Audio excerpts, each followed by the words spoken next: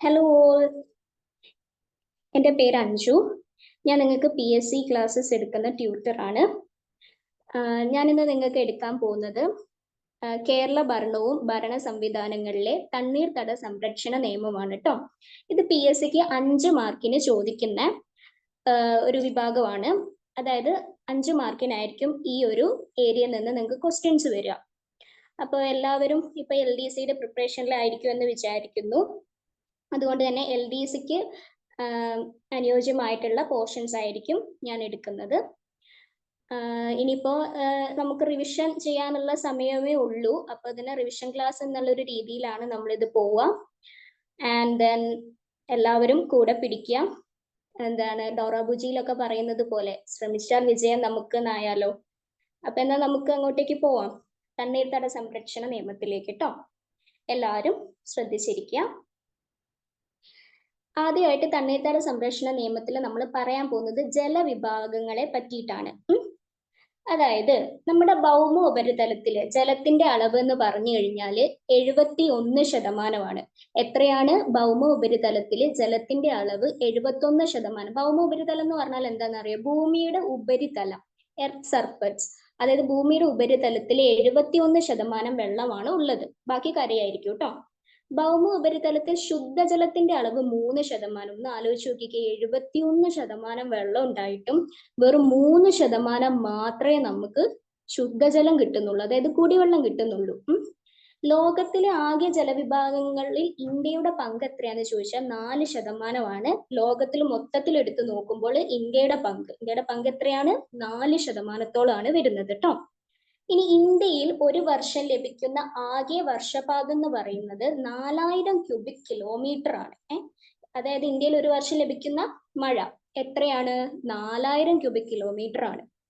ഉപരിതല ജലവും ഭൂഗർഭ ജലവും ചേർന്ന് ഇന്ത്യയിൽ ലഭ്യമാകുന്ന ജലം ഏകദേശം 1869 ക്യൂബിക് കിലോമീറ്റർ ആണ് കേട്ടോ. എങ്ങനെ? ഉപരിതല ജലവും ഭൂഗർഭ ജലം, ഉപരിതല ജലം എന്ന് പറഞ്ഞാൽ മുകളിലുള്ള ജലം, ഭൂഗർഭ ജലം എന്ന് പറഞ്ഞാൽ ഭൂമിക്ക് അടിത്തട്ടിലുള്ള ജലം ചേർന്ന് ഇന്ത്യയിൽ ലഭ്യമാകുന്ന ജലം ഏകദേശം എത്രയാണെന്നറിയോ? 1869 ക്യൂബിക് കിലോമീറ്റർ ആണ്. ഇതിൽ 60% മാത്രമാണ് എന്ത് ഉപയോഗപ്രദമായിട്ടുള്ളത്. 60% വെള്ളം മാത്രമേ നമുക്ക് ഉപയോഗിക്കാൻ പറ്റത്തുള്ളൂ. അപ്പൊ നമ്മൾ ഇത്രയും പറഞ്ഞ കാര്യങ്ങളൊന്നും നമുക്ക് നോക്കാം. അതായത് ഇതാണ് ഇത്രയും നേരം എന്നല്ല, കുറച്ച് നേരല്ലേ ആയിട്ടുള്ളൂ അല്ലേ. ഇപ്പൊ ഞാൻ പറഞ്ഞു നിർത്തിയത് കേട്ടോ. സൂം ചെയ്ത് കാണിച്ചു തരാം. അപ്പൊ നമ്മൾ തണ്ണീർത്തട സംരക്ഷണം 5 മാർക്കിന്. അതില് ജലവിഭവങ്ങൾ എന്ന് പറയുന്ന ഏരിയ ആണ് നമ്മൾ പഠിക്കുന്നത്. അവിടെ നോക്ക്, ഭൗമ ഉപരിതലത്തിലെ ജലത്തിന്റെ അളവ് എത്രയാണ്? 71%. എല്ലാവർക്കും കാണുന്നുണ്ട് എന്ന് വിശ്വസിക്കുന്നു. കാണുന്നില്ലെങ്കിൽ ജസ്റ്റ് ഓഡിയോ ഓൺ ആക്കി ഒന്ന് പറയണം കേട്ടോ. ഞാൻ സ്ക്രീൻ ഷെയർ ചെയ്യുന്നതുകൊണ്ട് തന്നെ നിങ്ങൾ ഇത് ചാറ്റ്സിൽ ഇട്ട് കഴിഞ്ഞാൽ അറിയത്തില്ല. അതുകൊണ്ട് തന്നെ കേൾക്കുന്നില്ലെങ്കിൽ ഓഡിയോ ഓൺ ആക്കിയിട്ട് പറയാം. ഇനി ഭൗമ ഉപരിതലത്തിലെ ശുദ്ധജലത്തിന്റെ അളവ് എത്രയാണ്? 3%. 3% ശുദ്ധജലമാണ് ഞാൻ പറഞ്ഞ പോലെ നമ്മുടെ ഈ ലോകത്തുള്ളത്. ലോകത്തിലെ ആകെ ജലവിഭാഗങ്ങളിൽ ഇന്ത്യയുടെ പങ്ക് 4%-ഓളല്ല. മൂന്നാമത്തെ പോയിന്റ് കേട്ടോ, എല്ലാവരും ശ്രദ്ധിക്കുക. ലോകത്തിലെ ആകെ ജലവിഭാഗങ്ങളിൽ ഇന്ത്യയുടെ പങ്ക് എത്രയാണ്? 4%-ഓളാണ് വരുന്നത്. ഇന്ത്യയിൽ ഒരു വർഷം ലഭിക്കുന്ന ആകെ വർഷപാതം എത്രയാണ്? 4000 ക്യൂബിക് കിലോമീറ്റർ ആണ്. ഇന്ത്യയിൽ ഒരു വർഷം ലഭിക്കുന്ന ആകെ വർഷപാതം 4000 ക്യൂബിക് കിലോമീറ്ററോളാണ് വരുന്നത് കേട്ടോ. ഇനി ഉപരിതല ജലവും ഭൂഗർഭ ജലവും ചേർന്ന് ഇന്ത്യയിൽ ലഭ്യമാകുന്ന ജലം, അതായത് ഞാൻ നേരത്തെ പറഞ്ഞ പോലെ ഭൂമിക്ക് മുകളിലുള്ള ജലവും താഴ്ഭാഗത്തുള്ള ജലവും കൂടെ ചേർന്ന് നമ്മുടെ ഇന്ത്യയിൽ കിട്ടുന്നത് ഏകദേശം 1869 ക്യൂബിക് കിലോമീറ്റർ ആണ് കേട്ടോ. 1869 ക്യൂബിക് കിലോമീറ്റർ. ഇതിൽ 60% മാത്രമാണ് ഉപയോഗപ്രദമായിട്ടുള്ളത്. വെറും 60% മാത്രമേ ഈ 1869 നമുക്ക് ഉപയോഗിക്കാൻ പറ്റുള്ളൂ. ബാക്കിയുള്ളത് ഉപയോഗിക്കാൻ പറ്റാത്ത ജലങ്ങളാണ്, ഉപ്പുവെള്ളങ്ങളൊക്കെ ആയിരിക്കാം. ഇനി ഇന്ത്യയിൽ പുനഃസൃഷ്ടിക്കപ്പെടാവുന്ന ഭൂഗർഭ ജലത്തിന്റെ അളവ് കേട്ടോ, അതെത്രയാണെന്നറിയോ? 432 ഘന കിലോമീറ്റർ. ഇന്ത്യയിൽ പുനഃസൃഷ്ടിക്കപ്പെടാൻ പറ്റുന്നത്, അതായത് വീണ്ടും ഉണ്ടാക്കിയെടുക്കാൻ പറ്റുന്ന വെള്ളത്തിന്റെ അളവ് എന്ന് പറയുന്നത് 432 ഘന കിലോമീറ്റർ. സുഖമായിട്ട് നോക്ക്, ഈ ഒരു സംഖ്യ നമുക്ക് പഠിക്കാം. 4, 3, 2. 4ന്റെ തൊട്ട് പുറകിലുള്ള സംഖ്യ ഏതാ? 3. 3ന്റെ തൊട്ട് പുറകിൽ ഏതാ? 2. അപ്പൊ 432 ഘന കിലോമീറ്റർ. അങ്ങനെ എന്തെങ്കിലുമൊക്കെ നമ്മൾ കണക്ട് ചെയ്ത് പഠിച്ചു കഴിഞ്ഞാൽ, അതായത് ഒരു കുസൃതി ചോദ്യങ്ങളൊക്കെ പോലെ ഒക്കെ കണക്ട് ചെയ്ത് പഠിച്ചു കഴിഞ്ഞാൽ നമുക്ക് എന്താ പെട്ടെന്ന് മൈൻഡിൽ നിൽക്കും. പിന്നെ ഒരു ടിപ്പ് ഞാൻ പറഞ്ഞുതരാം. നിങ്ങൾ പഠിക്കുന്ന സമയത്ത് ഒരു കാര്യം ഏകദേശം 3 പ്രാവശ്യമെങ്കിലും വായിച്ചിരിക്കണം. എന്നിട്ട് അതൊരു പേപ്പറിലോ ബുക്കിലോ എഴുതുക. അതിനുശേഷം ഒരു 2 തവണ നിങ്ങൾ കാണാതെ ആ ഒരു കാര്യം വീണ്ടും റിപ്പീറ്റ് ചെയ്ത് പറഞ്ഞു നോക്കുക. അങ്ങനെയാണെങ്കിൽ നിങ്ങളുടെ മൈൻഡിൽ നിങ്ങൾ പഠിച്ച കാര്യം ഒരിക്കലും പോകില്ല. എന്ന് വിചാരിച്ച് വലിയ വലിയ ക്വസ്റ്റിന്റെ ആൻസേഴ്സ് ഒന്നും എഴുതി വെക്കണം എന്നല്ല. അതായത് ചെറിയ ചെറിയ ക്യാപ്സ്യൂൾ പോയിന്റുകൾ ഇതേപോലെ കണ്ടില്ലേ? ഇപ്പൊ നോക്ക്, ഈ ഭൗമ ഉപരിതലത്തിലെ ജലത്തിന്റെ അളവ് 71% എന്ന്. ഇതൊരു 3 തവണ നിങ്ങൾ റിപ്പീറ്റ് ചെയ്യാം. അതിനുശേഷം ഒരു പേപ്പർ എടുത്ത് അതിൽ എഴുതാം. ദെൻ എന്താ 2 പ്രാവശ്യം അതൊന്നും കാണാതെ പറയാൻ ശ്രമിക്കുക. ഇതൊക്കെ സിമ്പിൾ ആണ്. ഒരു 2 പ്രാവശ്യമൊക്കെ റിപ്പീറ്റ് ചെയ്താലും അങ്ങനെ മതി. അതല്ലാതെ തന്നെ നിങ്ങൾക്ക് ബുദ്ധിമുട്ടുള്ള പോയിന്റ്സ്, അത് തലയിൽ നിൽക്കുമെന്ന് നിങ്ങൾക്ക് ഉറപ്പില്ലെങ്കിൽ ആ ഒരു പരിപാടി ചെയ്തു നോക്കുക കേട്ടോ. ഞാൻ ഗ്യാരണ്ടിയാണ് നിങ്ങൾക്ക് എന്തായാലും അത് വർക്കൗട്ട് ആവും. ഇനി അടുത്ത നമുക്ക് നോക്കാം. അടുത്ത നോക്കാന് ജസ്റ്റ് എ മിനിറ്റ്. ഓക്കെ, അടുത്ത ഞാൻ പറയാൻ പോകുന്നത് ഇന്ത്യയിൽ ഏറ്റവും അധികം ഭൂഗർഭജലം ഉപയോഗപ്പെടുത്തുന്ന സംസ്ഥാനങ്ങൾ ഏതൊക്കെയാന്ന് ചോദിച്ചാൽ അത് ഏതൊക്കെയാണെന്നറിയോ? ഏതാ? പഞ്ചാബ്, ഹരിയാന, രാജസ്ഥാൻ, തമിഴ്നാട്. ഏതൊക്കെയാണ്? പഞ്ചാബ്, ഹരിയാന, രാജസ്ഥാൻ, തമിഴ്നാട്. ഇന്ത്യയിൽ ഏറ്റവും അധികം ഭൂഗർഭജലം ഉപയോഗപ്പെടുത്തുന്ന സംസ്ഥാനങ്ങൾ. ഭൂമിക്കടിയിലെ വെള്ളം ഏറ്റവും കൂടുതൽ എടുക്കുന്ന സംസ്ഥാനങ്ങളാണ് ഈ 4 പഞ്ചാബും, ഹരിയാനയും, രാജസ്ഥാനും, തമിഴ്നാടും. അപ്പോൾ ഈ ഒരു 4 സംസ്ഥാനങ്ങൾ കുറച്ച് ഇമ്പോർട്ടന്റ് ആണ്.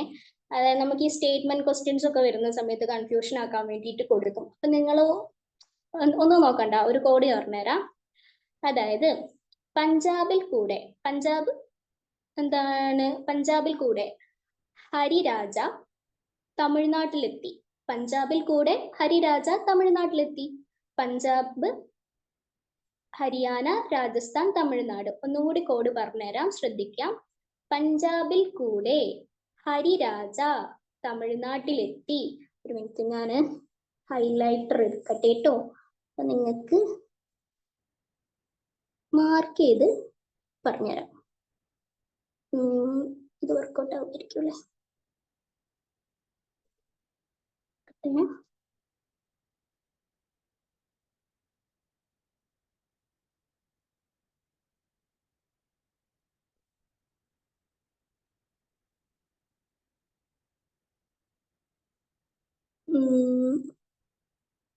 Just A minute. ഷബിൽ കൂടെ ഹരിരാജ് ആവുന്നില്ലല്ലോ. സാറില്ല, മറ്റേ ഹൈലൈറ്റർ എടുക്കാം. ഞാൻ ഈ ഹൈലൈറ്ററിന്റെ ഇത് നോക്കിയിട്ടുണ്ടായിരുന്നില്ല.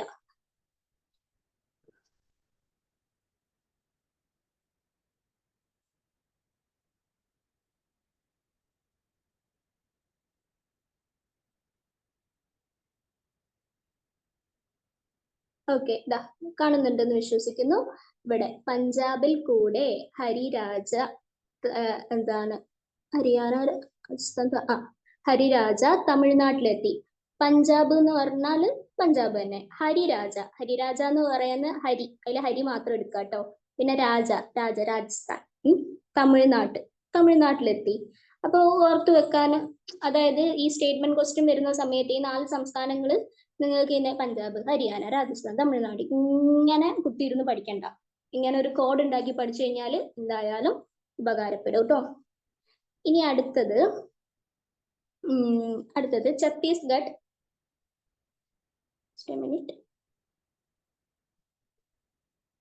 നെക്സ്റ്റ്, ഛത്തീസ്ഗഡ്, ഒഡീഷ, കേരളം തുടങ്ങിയ സംസ്ഥാനങ്ങൾ ഭൂഗർഭ ജലശേഷി ഉപയോഗപ്പെടുത്തുന്നത് കുറഞ്ഞ അനുപാതത്തിലാണ്. അതായത് നമ്മൾ ഉൾപ്പെടെ നമ്മുടെ കൂടെ ആരൊക്കെ ഉണ്ട്? ഛത്തീസ്ഗഡും ഒഡീഷയും കൂടെ ഉണ്ട് കേട്ടോ. അങ്ങനെ നമ്മളും, അതായത് കേരളവും ഒഡീഷയും ഛത്തീസ്ഗഡും തുടങ്ങിയ സംസ്ഥാനങ്ങൾ ഭൂഗർഭ ജലശേഷി ഉപയോഗപ്പെടുത്തുന്നത് കുറഞ്ഞ അനുപാതത്തിലാണ് എന്നാണ് പറയുന്നത്. ഇനി രാജസ്ഥാൻ, മഹാരാഷ്ട്ര എന്നീ സംസ്ഥാനങ്ങളിൽ ഭൂഗർഭജലത്തിന്റെ അമിത ചൂഷണം കാരണം ജലത്തിൽ കൂടുതലായി കാണപ്പെടുന്ന രാസപദാർത്ഥമാണ് എന്ത്? ഫ്ലൂറൈഡ്. ഈ രാജസ്ഥാനിലും മഹാരാഷ്ട്രയിലും എന്താണ് ഈ ഭൂഗർഭജലം കണ്ടമാനം ഇവർ ചൂഷണം ചെയ്യുന്നുണ്ട് എന്നാണ് പറയപ്പെടുന്നത്. അപ്പൊ അങ്ങനെ ചൂഷണത്തിന് വെള്ളം ഇരയാകുക. ഒന്ന് ആലോചിച്ച് നോക്കിക്കേ, മനുഷ്യനല്ല കേട്ടോ, വെള്ളമാണ് ഇരയാകുന്നത്. വെള്ളം ഇരയാകുമ്പോൾ അവിടെ എന്താണ് ഉണ്ടാവുന്ന രാസപദാർത്ഥം എന്താണ്? ഫ്ലൂറൈഡ് ആണ്. ഫ്ലൂറൈഡ് എന്ന് പറയുന്ന രാസപ്രവർത്തനം ഉണ്ടാവുന്നു. സോറി. ഇനി അടുത്തത്, പശ്ചിമ ബംഗാൾ, ബീഹാർ എന്നീ സംസ്ഥാനങ്ങളിൽ ഭൂഗർഭ ജലത്തിന്റെ അമിത ചൂഷണം കാരണം ജലത്തിൽ കൂടുതലായി കാണപ്പെടുന്ന രാസപദാർത്ഥം ഏതാണ്? ആഴ്സനിക് ആണ്. ശ്രദ്ധിക്കുക, ലാസ്റ്റ് പോയിന്റ് കേട്ടോ, ശ്രദ്ധിച്ചോ. പശ്ചിമ ബംഗാൾ, ബീഹാർ, ഇത് അങ്ങോട്ടും ഇങ്ങോട്ടും മാറിപ്പോരുത് കേട്ടോ. ഒന്ന് മഹാരാജയാണെങ്കിൽ അതും കണക്ട് ചെയ്ത് പഠിക്കാം, കണ്ടോ. അപ്പൊ ആദ്യം തന്നെ എന്താണ് രാജസ്ഥാൻ പറയണമെന്നില്ല. ഒന്ന് മഹാരാജയിൽ എന്താണ്? ഫ്ലൂറൈഡ് ആണ് വരുന്നത്. പശ്ചിമ ബംഗാളിൽ ഇനിയിപ്പോ ഞാൻ എന്ത് കോഡാ ഇടുക?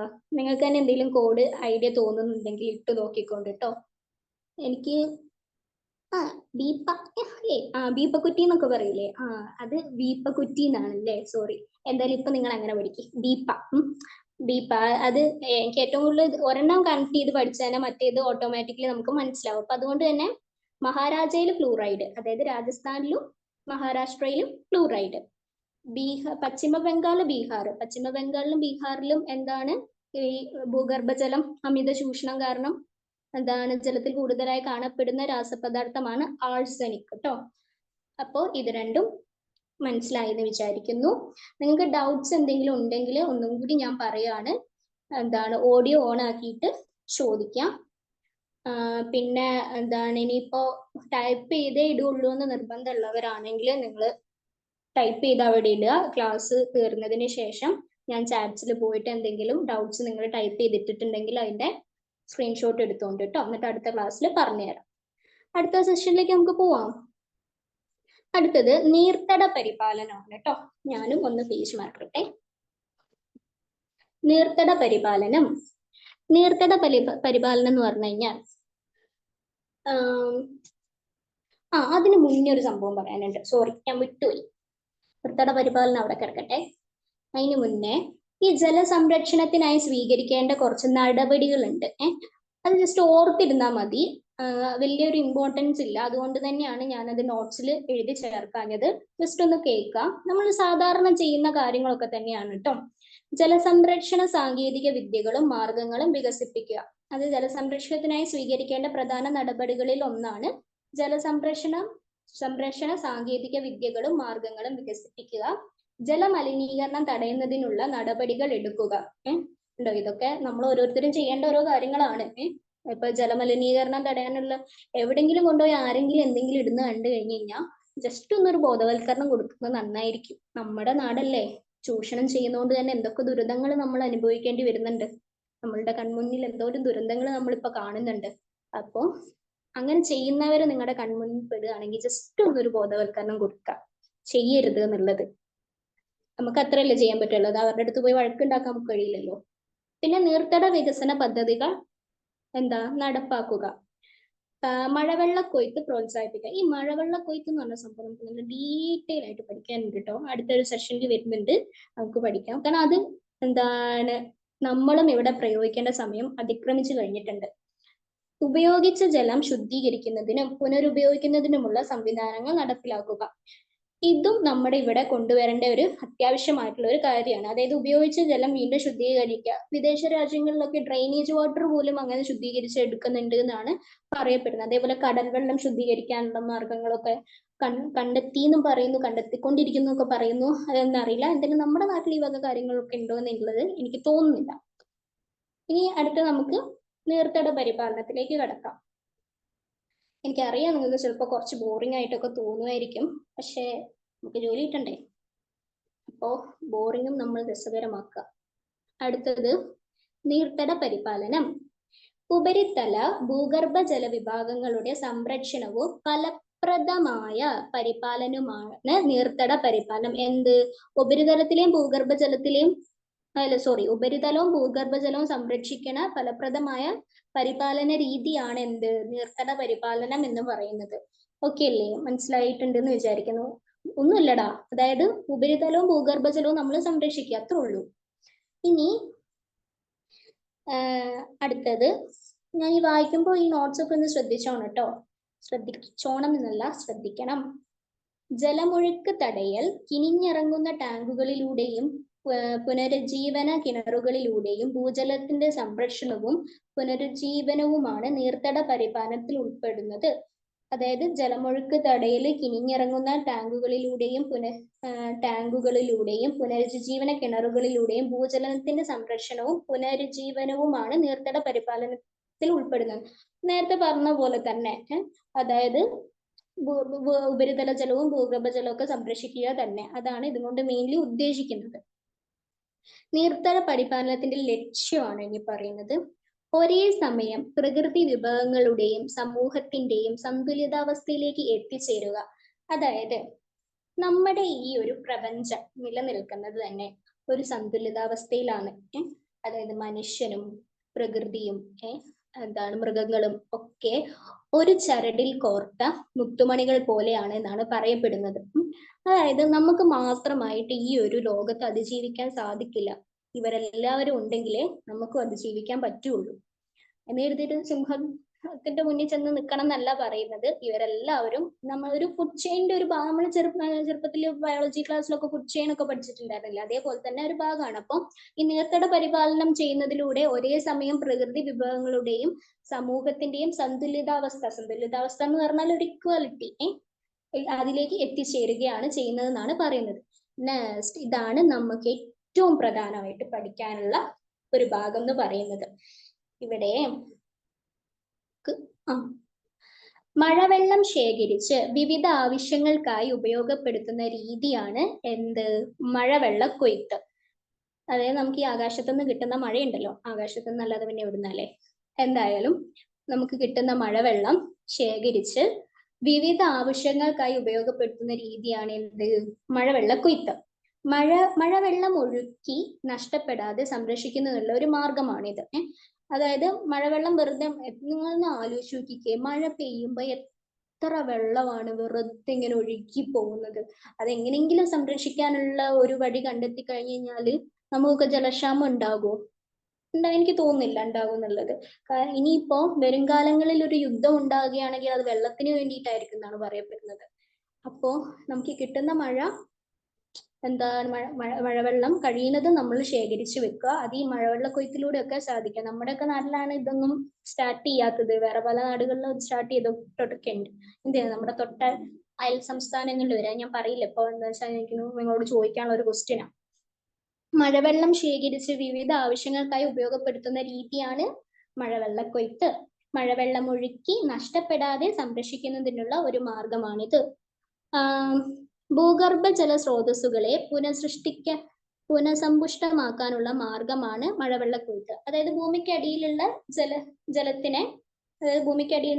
ജലത്തിനെ പുനഃസമ്പുഷ്ടമാക്കാൻ, അതായത് ഒന്നും കൂടി ഒന്ന് പുഷ്ടിപ്പെടുത്താൻ വേണ്ടിയിട്ട് ഉപയോഗിക്കുന്ന ഒരു മാർഗമാണ് മഴവെള്ള കൊയ്ത്ത് എന്ന് പറയുന്നത്. അത് ഞാൻ കണ്ടില്ല എന്ന് വിശ്വസിക്കുന്നു കേട്ടോ. അതായത് ഞാൻ പറഞ്ഞില്ല നേരത്തെ ഒരു ചോദ്യം ചോദിക്കാണ്ടെന്ന്. വീട് നിർമ്മിക്കുമ്പോൾ മഴവെള്ള സംഭരണി നിർബന്ധമാക്കിയ സംസ്ഥാനം ഏതാന്ന് ആർക്കെങ്കിലും അറിയുമെങ്കിൽ പറയണം കേട്ടോ. ആർക്കെങ്കിലും? ഞാൻ പറഞ്ഞു നമ്മുടെ അയൽ സംസ്ഥാനമാണ് എന്ന് പറഞ്ഞു. ടൈപ്പ് ചെയ്തിടരുത്, വോയിസ് വെച്ച് പറയണം. ഞാൻ തന്നെ പറയാം. വീട് നിർമ്മിക്കുമ്പോൾ മഴവെള്ള സംഭരണി നിർബന്ധമാക്കിയ സംസ്ഥാനമാണ് വേറെ എവിടെയുമല്ല, നമ്മുടെ തമിഴ്നാടാണ്. തമിഴ്നാട്ടില് ഏതൊരു പുതിയ വീട് വെച്ചാലും അവിടെ ഒരു സംഭവം വേണമെന്ന് നിർബന്ധമാണ്. മഴവെള്ള കൊയ്ത്ത്. അവിടെയൊക്കെ വെള്ളത്തിന് ക്ഷാമമാണോ? അതുകൊണ്ട് തന്നെയാണ്. ഇനി ഓരോ തുള്ളി ജലത്തെയും വളരെ കുറഞ്ഞ ചെലവിലൂടെ തീർത്തും പരിസ്ഥിതി സൗഹൃദ സാങ്കേതിക വിദ്യയിലൂടെ കിണറുകളിലേക്കും കുഴൽ കിണറുകളിലേക്കും കുഴികളിലേക്കും ശേഖരിക്കുന്ന മാർഗം കൂടിയാണ് മഴവെള്ള കൊയ്ത്ത്. ഓരോ തുള്ളി ജലത്തെയും, അതായത് അവിടെ ഒന്ന് ആലോചിച്ച് നോക്കിക്കേ നിങ്ങൾ, അവിടെ കിട്ടുന്ന ഓരോ തുള്ളി ജലവും അവർ പാഴാക്കാതിരിക്കാനാണ് ശ്രമിക്കുന്നത്. ഓരോ തുള്ളി ജലത്തെയും വളരെ കുറഞ്ഞ ചെലവിലൂടെ തീർത്തും പരിസ്ഥിതി സൗഹൃദ സാങ്കേതിക വിദ്യയിലൂടെ, അതായത് പരിസ്ഥിതിക്ക് യാതൊരുവിധ ഹാനിയും ഏൽക്കാത്ത വിധത്തില് കിണറുകളിലേക്കും കുഴൽ കിണറുകളിലേക്കും കുഴികളിലേക്കും, മഴവെള്ള കുഴി എന്നൊക്കെ നമ്മൾ കേട്ടിട്ടില്ലേ? പണ്ട് കാലങ്ങളിലൊക്കെ ഞാനൊക്കെ കണ്ടിട്ടുണ്ട്. ഇവിടെ കൃഷിയിടത്തിലേക്ക് വെള്ളം ചെല്ലാൻ വേണ്ടിയിട്ട് മഴക്കുഴികളൊക്കെ നിർമ്മിക്കുന്നതൊക്കെ കണ്ടിട്ടുണ്ട്. കുഴികളിലേക്കും ശേഖരിക്കുന്ന മാർഗമാണ് മഴവെള്ള കൊയ്ത്ത് എന്ന് പറയുന്നത്. ഈ മഴവെള്ള കൊയ്ത്ത് കൊണ്ടുള്ള നേട്ടങ്ങൾ എന്തൊക്കെയാണെന്ന് നിങ്ങൾക്ക് അറിയോ? മഴവെള്ള കൊയ്ത്ത് കൊണ്ട് നമുക്ക് ഒരുപാട് നേട്ടങ്ങളുണ്ട്, പല നേട്ടങ്ങളുണ്ട്. ഏതൊക്കെയാന്ന് വെച്ചാൽ ഭൂഗർഭ ജല സ്രോതസ്സുകളുടെ ശോഷണം തടയുന്നു. ശോഷണം എന്ന് പറഞ്ഞാൽ കുറവ് കേട്ടോ, അതായത് ഭൂഗർഭ ജല സ്രോതസ്സുകളുടെ ആ ഒരു കുറവില്ലായ്മ തടയുന്നു. ജലലഭ്യത വർദ്ധിപ്പിക്കുന്നു, അതായത് വെള്ളം കിട്ടാനുള്ളത് വർദ്ധിപ്പിക്കുന്നു. മലിനീകരണ വസ്തുക്കളായ ഫ്ലൂറൈഡുകളെയും നൈട്രൈറ്റുകളെയും നേർപ്പിച്ചുകൊണ്ട് ഭൂഗർഭ ജലത്തിന്റെ ഗുണമേന്മ മെച്ചപ്പെടുത്തുന്നു. നോക്കിക്കേ, മഴവെള്ള കൊയ്ത്ത് കൊണ്ട് കിട്ടുന്ന ഒരു ഉപകാരമാണ്. മലിനീകരണ വസ്തുക്കളായ ഫ്ലൂറൈഡുകളെയും നൈട്രേറ്റുകളെയും നേർപ്പിച്ചുകൊണ്ട് ഭൂഗർഭ ജലത്തിന്റെ ഗുണമേന്മ മെച്ചപ്പെടുത്തുന്നു. ഇതൊന്നും ഞാൻ എഴുതി ചേർത്തിട്ടില്ല കേട്ടോ നോട്ടിൽ, ഇതൊക്കെ ജസ്റ്റ് നമ്മളൊന്ന് അറിഞ്ഞിരിക്കാനുള്ളത് മാത്രമാണ്. ഇമ്പോർട്ടന്റ് പോയിന്റ്സ് ഞാൻ പറഞ്ഞല്ലോ, നമുക്ക് റിവിഷൻ ഉള്ള സമയം മാത്രമേ ഇനിയുള്ളൂ. അപ്പോൾ ഞാൻ ഈ പറയുന്നത് നിങ്ങൾ ശ്രദ്ധിക്കുക, അതേപോലെ ഞാൻ വായിക്കുന്ന സമയത്ത് നോട്ടിലേക്കും ശ്രദ്ധിച്ചിരിക്കുക. വെള്ളപ്പൊക്കം, മണ്ണൊലിപ്പ് എന്നിവ തടയുന്നു. കണ്ടില്ലേ, വെള്ളപ്പൊക്കം, മണ്ണൊലിപ്പ് എന്നിവ തടയുന്നു. തീരപ്രദേശത്തെ ഉപ്പുവെള്ളത്തിന്റെ കടന്നുകയറ്റത്തെ തടയുന്നു. അപ്പൊ നമുക്ക് ഉറപ്പിച്ച് പറയാൻ പറ്റൂലേ, ഇവിടെയൊക്കെ മഴവെള്ള കൊയ്ത്ത് വരേണ്ട സമയം അതിക്രമിച്ചു കഴിഞ്ഞു എന്നുള്ളത്? അതൊക്കെ വന്നിരുന്നെങ്കിൽ, കുറെ മുന്നേ നടപ്പിലാക്കപ്പെട്ടിരുന്നെങ്കിൽ ചിലപ്പോൾ നമുക്ക് ഒരുപാട് ദുരന്തങ്ങൾ ഒഴിവാക്കാമായിരുന്നു എന്ന്. അത് മാത്രം പോരല്ലോ, മലകൾക്കും സമാധാനം കൊടുക്കണ്ടേ. ഇനി ഇന്ത്യയിലെ മഴവെള്ള കൊയ്ത്ത് സംവിധാനങ്ങളാണ് കേട്ടോ അടുത്തത് നമ്മൾ ഡിസ്കസ് ചെയ്യാൻ പോകുന്നത്. ഇന്ത്യയിലെ ഗ്രാമപ്രദേശങ്ങളില് മഴവെള്ള കൊയ്ത്തിനായി തടാകങ്ങള്, കുളങ്ങള്, അങ്ങോട്ടേക്ക് എത്തിയിട്ടില്ല കേട്ടോ, അത് ഞാൻ എഴുതി ചേർത്തിട്ടില്ല, ശ്രദ്ധിക്കുക നിങ്ങൾ. ഇന്ത്യയിലെ ഗ്രാമപ്രദേശങ്ങളിൽ മഴവെള്ള കൊയ്ത്തിനായി തടാകങ്ങൾ, കുളങ്ങൾ, ജലസേചന ടാങ്കുകൾ എന്നിവ ഉപയോഗിക്കുന്നു. നമ്മുടെ ഇന്ത്യയിൽ എന്തൊക്കെയാണ് ഉപയോഗിക്കുന്നത് മഴവെള്ള കൊയ്ത്തിനായിട്ട്? തടാകങ്ങൾ ഉപയോഗിക്കുന്നു, പിന്നെന്താ, കുളങ്ങള്, ജലസേചന ടാങ്കുകള്, ഇതൊക്കെയാണ് ഇന്ത്യയിൽ ഉപയോഗപ്പെടുത്തുന്നത്.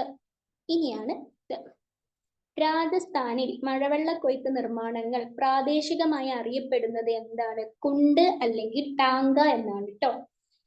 രാജസ്ഥാനില് മഴവെള്ള കൊയ്ത്ത് നിർമ്മാണങ്ങൾ പ്രാദേശികമായി അറിയപ്പെടുന്നത് കുണ്ട് അഥവാ ടാങ്ക. നമ്മുടെ ഇന്ത്യയിലെ ഏറ്റവും ചൂട് കൂടിയ സംസ്ഥാനമാണ് എന്ത്? രാജസ്ഥാൻ എന്ന് പറയുന്നത്. സ്വാഭാവികമായിട്ടും അവിടെ മഴവെള്ള കൊയ്ത്ത് ഇല്ലെങ്കിൽ ഭയങ്കര പ്രയാസമായിരിക്കും. അപ്പോൾ കുണ്ട് അഥവാ ടാങ്ക അവിടെയാണ് അതാണ് രാജസ്ഥാനിലെ മഴവെള്ള കൊയ്ത്ത് നിർമ്മാണങ്ങൾ പ്രാദേശികമായി അറിയപ്പെടുന്നത്. ഇനി കെട്ടിടങ്ങളുടെ മുകളില് മഴവെള്ളം സംഭരിച്ചു വെക്കുന്നതാണ് മഴവെള്ള കൊയ്ത്തിന്റെ മറ്റൊരു രീതി എന്ന് പറഞ്ഞു കഴിഞ്ഞാല്. അതായത് കെട്ടിടത്തിന്റെ മുകളിൽ ഒരു ടാങ്ക് നിർമ്മിച്ച് ജലം സംഭരിക്കാത്രേ ഉള്ളൂ. ഇനി മേൽക്കൂരയിലെ മഴവെള്ളം കുഴലുകൾ ഉപയോഗിച്ച് ഒരു അരിപ്പ സംവിധാനത്തിലൂടെ ശുദ്ധീകരിച്ച് കിണറുകളിലേക്ക് കടത്തി വിടുകയും ചെയ്യുന്നത് മഴവെള്ള കൊയ്ത്തിന്റെ മറ്റൊരു മാർഗമാണ്. അതായത് നമ്മുടെ മഴ പെയ്യുമ്പോൾ നമ്മുടെ മേൽക്കൂരയിലൊക്കെ വെള്ളം ചാടുമല്ലോ, അതെന്താ, ഒരു കുഴലിലൂടെ കടത്തി വിട്ടിട്ട്, അതായത് അരിച്ചെടുക്കുന്ന സംവിധാനം, അങ്ങനെ ഒരു എന്തെങ്കിലും സംവിധാനങ്ങൾ ഉണ്ടാവും, അതിലൂടെ എന്താ, കിണറിലേക്ക് കടത്തി വിടുക. അത് മഴവെള്ള കൊയ്ത്തിന്റെ ഒരു ഭാഗമാണ്. പിന്നെ മഴക്കുഴികൾ, തടയണകൾ തുടങ്ങിയവ മഴവെള്ളം ഭൂമിയിലേക്ക് ഊർന്നിറങ്ങി ഭൂഗർഭ ജലനിരപ്പ് ഉയർത്തുന്നതിന് സഹായിക്കുന്ന സംവിധാനങ്ങളാണ്. എന്തൊക്കെ? മഴക്കുഴികളും തടയണകളും ഒക്കെ എന്താ, ഈ ഒരു മഴവെള്ള കൊയ്ത്തിന് സഹായിക്കുന്ന സംവിധാനങ്ങളാണ് എന്നാണ് പറയുന്നത് കേട്ടോ. ഇനി കേന്ദ്ര സംസ്ഥാന ഗവൺമെന്റുകൾ ആവിഷ്കരിച്ച നീർത്തട പരിപാലന പദ്ധതികളാണ് ഹരിയാലി, നീരു മീരു, അർവാരി പാനി സംസ്ഥാൻ. ഏതൊക്കെയാണ്? ഹരിയാലി, നീരു മീരു, അർവാരി പാനി സംസ്ഥാൻ. കേന്ദ്ര ഗവൺമെന്റുകൾ ആവിഷ്കരിച്ച നീർത്തട പരിപാലന പദ്ധതികളാണ് കേട്ടോ ഇവയൊക്കെ. അതിൽ എന്താണ്, നമുക്ക് ഈ ഹരിയാലി എന്താണ് ഡീറ്റെയിൽ ആയിട്ട് പഠിക്കാനുണ്ട്, ശ്രദ്ധിക്കൂ. കുടിവെള്ളത്തിനും ജലസേചനത്തിനും മത്സ്യബന്ധനത്തിനും വനവൽക്കരണത്തിനുമായി ജലസംരക്ഷണവും ഗ്രാമീണ ജനതയുടെ ശാക്തീകരണവും ലക്ഷ്യമിട്ട് ജനകീയ പങ്കാളിത്തത്തോടെ കേന്ദ്ര സർക്കാർ ആരംഭിച്ച പദ്ധതിയാണ് ഹരിയാലി പദ്ധതി. എന്തൊക്കെയാണ്? കുടിവെള്ളത്തിനും ജലസേചനത്തിനും മത്സ്യബന്ധനത്തിനും വനവൽക്കരണത്തിനുമായി ജലസംരക്ഷണവും ഗ്രാമീണ ജനതയുടെ ശാക്തീകരണവും ലക്ഷ്യമിട്ട് ജനകീയ പങ്കാളിത്തത്തോടെ കേന്ദ്ര സർക്കാർ ആരംഭിച്ച പദ്ധതിയാണ് ഹരിയാലി പദ്ധതി എന്ന് പറയുന്നത് കേട്ടോ. ഇനി നീരു മീരു. നീരു മീരുവിന്റെ അർത്ഥം എന്താണ്? ജലവും നിങ്ങളും. ഹിന്ദി വാക്കാണ് നീരു മീരു. നീരു എന്ന് പറഞ്ഞാൽ ജലം, മീരു എന്ന് പറഞ്ഞാൽ നിങ്ങൾ. അപ്പൊ നീരു മീരു, ജലവും ജലവും, ജലം അല്ല കേട്ടോ, ജലവും നിങ്ങളും. നീരു മീരു പദ്ധതി നടപ്പിലാക്കിയ സംസ്ഥാനമാണ് എന്ത്? എവിടെ? ആന്ധ്രാപ്രദേശ്. ആന്ധ്രാപ്രദേശിലാണ് കേന്ദ്ര ഗവൺമെന്റ് കൊണ്ടുപോയിട്ട് നീരു മീരു പദ്ധതി നടപ്പിലാക്കിയത്. എന്താ അല്ലേ, നമ്മുടെ ഇവിടെ ഇങ്ങനൊന്നും ഇല്ലേ. ഇനി അർവാരി പാനി സംസ്ഥാനം നടപ്പിലാക്കിയ സംസ്ഥാനം ഏതാണ്? രാജസ്ഥാൻ. രാജസ്ഥാനിലാണ് എന്ത്? രാജസ്ഥാനിലെ അൽവാറിലാണ് അർവാരി പാനി സംസ്ഥാനം നടപ്പിലാക്കിയ സംസ്ഥാനം. അർവാരി പാനി സംസ്ഥാനം നടപ്പിലാക്കിയ സംസ്ഥാനം ഏതാണ്? രാജസ്ഥാൻ. അൽവാർ. അൽവാർ രാജസ്ഥാനിലൊരു സ്ഥലമാണ് കേട്ടോ. എന്തായാലും രണ്ടും പഠിച്ചിരിക്കണം, കാരണം രാജസ്ഥാനിൽ മാത്രം പഠിച്ചു വെക്കരുത്. പിന്നെ ഈ ഹരിയാനയിൽ എഴുതിയിരിക്കുന്നത് കണ്ടില്ലേ, അത് ഇംഗ്ലീഷിലും. എന്താണെന്നറിയോ, ഇംഗ്ലീഷ് വാക്കുകൾ നിങ്ങൾ ശ്രദ്ധിക്കണം. അതായത് നിങ്ങളിപ്പോ ഒരു ഗൈഡ് എടുക്കുന്ന സമയത്ത്, അല്ലെങ്കിൽ ഒരു എന്താണ് ഇപ്പൊ പറയാ, എന്തായാലും ഒരു SCRT എടുക്കുന്ന സമയത്ത് എന്തായാലും അവിടെ എന്താ ഒരു ഇംഗ്ലീഷ്, അതായത് നമുക്ക് പഠിക്കാനുള്ള സംഭവത്തിന്റെ തൊട്ടപ്പുറത്തെ ബ്രാക്കറ്റിൽ ഇംഗ്ലീഷ് വാക്കും കൂടെ കൊടുത്തിട്ടുണ്ടെങ്കിൽ നിങ്ങൾ കണ്ടില്ല എന്ന് നടിക്കരുത്. മലയാളം ഉണ്ടല്ലോ, അപ്പൊ പിന്നെ ഇംഗ്ലീഷിന്റെ ആവശ്യമില്ലല്ലോ എന്ന് വിചാരിക്കരുത്. ഇംഗ്ലീഷും കൂടെ അറിഞ്ഞിരിക്കണം. കാരണം നിങ്ങളുടെ PSCയിൽ ചില ക്വസ്റ്റ്യനുകളിൽ മലയാളത്തിൽ എഴുതിയിട്ടുണ്ടാവില്ല. അതായത് ഓപ്ഷനുകൾ കേട്ടോ, ക്വസ്റ്റ്യൻ മലയാളത്തിലായിരിക്കും, ഓപ്ഷനുകൾ ചിലത് മലയാളത്തിലായിരിക്കില്ല. ചിലത് ഇതേപോലെ ഹരിയാലി എന്നൊക്കെ ചിലപ്പോൾ ഇംഗ്ലീഷിലൊക്കെ ആയിരിക്കും കൊടുത്തിട്ടുണ്ടാവും. ഇതൊക്കെ നമുക്ക് വായിക്കാൻ പറ്റും, പക്ഷെ ഇതിലും ഇപ്പം വായിക്കാൻ പറ്റാത്ത ചില സാധനങ്ങളുണ്ട്. അതായത് ഇതിപ്പോ ഏത് പദ്ധതിയാണ് നമ്മൾ പഠിച്ചിട്ടുണ്ടാവും, പക്ഷെ ഇതിന്റെ ഇംഗ്ലീഷ് എന്താണ് അർത്ഥം മനസ്സിലാവാതെ പോകുന്നതാണ് അങ്ങനെയുള്ളത്. അതായത് കുറച്ച് നമുക്ക് ദേശീയ ജല പദ്ധതികൾ വരുന്നുണ്ട്, അവിടെ നിങ്ങൾക്ക് കൃത്യമായിട്ട് മനസ്സിലാവും അതിലേക്ക് എത്തുമ്പോൾ കേട്ടോ. ഇനി നമ്മൾ പഠിക്കാൻ പോകുന്നത് ദേശീയ ജലനയമാണ് കേട്ടോ. ദേശീയ ജലനയം 1987. 1987 എന്ത് ദേശീയ ജലനയം കൊണ്ടുവരുന്നത്. ജലസ്രോതസ്സുകളുടെ ആസൂത്രണവും വികസനവും അവയുടെ പരമാവധി വിനിയോഗവും നിയന്ത്രിക്കുന്നതിന് വേണ്ടിയാണ് ദേശീയ ജലനയം രൂപീകരിച്ചത്. എന്തിനാണ് ദേശീയ ജലനയം രൂപീകരിച്ചത്? അതിൽ നോക്കണ്ട ആരും, അതിലില്ല, ഞാനായിട്ട് പറയുന്നതാണ്. ജലസ്രോതസ്സുകളുടെ ആസൂത്രണവും വികസനവും അവയുടെ പരമാവധി വിനിയോഗവും നിയന്ത്രിക്കുന്നതിന് വേണ്ടിയാണ് ദേശീയ ജലനയം രൂപീകരിച്ചത്. ഇനി നോട്ടിലേക്ക് നോക്കൂ. ഇന്ത്യയിൽ ആദ്യമായി ദേശീയ ജലനയം അംഗീകരിക്കപ്പെട്ടത് എന്നാണ്? 1987 സെപ്റ്റംബറിലാണ്. 1987 സെപ്റ്റംബറിലാണ് ഇന്ത്യയിൽ ആദ്യമായി ദേശീയ ജലനയം അംഗീകരിക്കപ്പെട്ടത്. ഇവിടെ ശ്രദ്ധിച്ചേ, ഈ ഡേറ്റ് ശ്രദ്ധിച്ചേ നിങ്ങൾ, 1987. ഇത് നമുക്കൊരു സീക്വൻസിലൂടെ പഠിച്ചെടുക്കാം. ആ ഒന്ന് അങ്ങോട്ട് മാറ്റി, ബാക്കി 9, 8, 7. 9 എന്താ, 9ന് തൊട്ട് മുന്നേ ഉള്ള സംഖ്യ ഏതാ? 8. 8ന് തൊട്ട് മുന്നേ ഏതാ? 7. കണ്ടോ, 9, 8, 7 സെപ്റ്റംബർ. അപ്പൊ ഇന്ത്യയിലെ ആദ്യമായി ദേശീയ ജലനയം അംഗീകരിക്കപ്പെട്ടത് 1987 സെപ്റ്റംബർ. വേറൊരു ടിപ്പ് പറഞ്ഞുതരാം. നമുക്ക് ഈ PSCയിൽ പഠിക്കാനുള്ള മിക്ക വർഷങ്ങളിലും 1900 അല്ലെങ്കിൽ 1800 ഇങ്ങനെ ഉണ്ടാവും. നിങ്ങൾ അതിന് പകരം ആ ഒരു 1900 ഇങ്ങനെ പറയുന്നതിന് പകരം ഇവിടെ എന്താ 987 സംഭവം തീർന്നു. അപ്പൊ ഒന്ന് അവിടെ ഉണ്ടെന്ന് നിങ്ങൾ എന്നിട്ട് സങ്കല്പിക്കാനല്ല, ഒന്ന് അവിടെ ഉണ്ടെന്ന് മനസ്സിൽ ഉറപ്പിക്കുക. അല്ലാതെ 1987 ഇങ്ങനെ പറഞ്ഞ് പഠിക്കാതെ 1987 സെപ്റ്റംബർ എന്നുള്ളത് അങ്ങനെ പറഞ്ഞു കഴിഞ്ഞാൽ, ഞാനിപ്പോ നിങ്ങളെ പഠിപ്പിക്കാൻ വേണ്ടിയിട്ടാണ് 1900 ഇങ്ങനെ പറയാം, അല്ലെങ്കിൽ ഞാനും എളുപ്പവഴിക്ക് 1987 സെപ്റ്റംബർ എന്ന് തന്നെ പറഞ്ഞു പോകത്തുള്ളൂ. അതായത് 1900 ആണെന്നുള്ളത് നമുക്ക് ഓൾറെഡി അറിയുന്നത് കൊണ്ട് കേട്ടോ. ഇനി ഇത് പിന്നീട് 2002ലും 2012ലും അവലോകനം ചെയ്ത് നവീകരിക്കുകയുണ്ടായി. അതായത് 2002ലും 2012ലും ഈ എന്താണ് ദേശീയ ജലനയം 1987 നവീകരിച്ചു എന്നാണ് പറയുന്നത്. എപ്പോഴൊക്കെയാണ് നവീകരിച്ചത്? 2002ലും 2012ലും കേട്ടോ.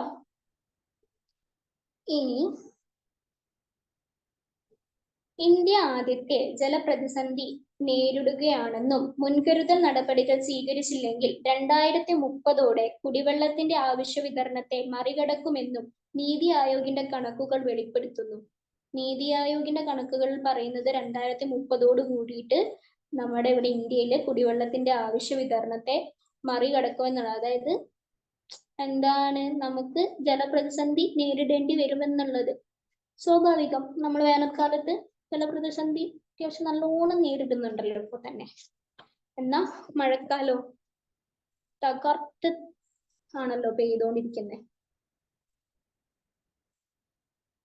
സത്യം പറഞ്ഞാൽ മഴയോട് ആവശ്യത്തിന് കിട്ടി, ഇനി പൊയ്ക്കോന്ന് നമുക്ക് പറയാൻ കഴിയില്ലല്ലോ. പക്ഷെ മഴ നാശം വിധിക്കുന്ന തരത്തിലാണ് നമുക്ക് വെള്ളം തന്നുകൊണ്ടിരിക്കുന്നത്. ഇനി 1987 ദേശീയ ജലനയ പ്രകാരം ജലവിതരണ മുൻഗണനാ ക്രമമാണ് കേട്ടോ ഇത്. അതിന്റെ ക്വസ്റ്റ്യനിൽ തന്നെ ഉണ്ട് ജലവിതരണ മുൻഗണനാ ക്രമം എന്നുള്ളത്. അപ്പൊ എന്താ, അത് ഈ ക്രമത്തിനനുസരിച്ച് തന്നെ പഠിക്കണം. അതായത് ഈ ക്രമം തെറ്റിച്ച് തരിക എന്നിട്ട് അത് റെഡിയാക്കാൻ പറഞ്ഞിട്ടൊക്കെ PSC ചോദ്യങ്ങൾ ഉണ്ടാവുമല്ലോ. അതിനൊക്കെ ഈ പറഞ്ഞ സാധനങ്ങളൊക്കെ കൊടുക്കാൻ നല്ല ചാൻസ് ഉണ്ട്. കാരണം ഈ ക്രമത്തിലാക്കുക എന്ന് പറയും. കുടിവെള്ളം, ജലസേചനം, ജലവൈദ്യുതി, ജലഗതാഗതം. പിന്നെ അതിന്റെ ഈ ജലഗതാഗതത്തിന് തൊട്ട് താഴെ വരുന്ന കേട്ടോ, സ്പേസ് ഇല്ലാത്തതുകൊണ്ട് ഇങ്ങോട്ടേക്ക് മാറ്റിയത് വ്യവസായികവും മറ്റു ഉപയോഗങ്ങളും. 1987 ദേശീയ ജലനയ പ്രകാരം വിതരണ മുൻഗണനാ ക്രമമാണ് കുടിവെള്ളം, ജലസേചനം, ജലവൈദ്യുതി, ജലഗതാഗതം, വ്യവസായികവും മറ്റു ഉപയോഗങ്ങളും. ഓക്കെ അല്ലേ? ഇനി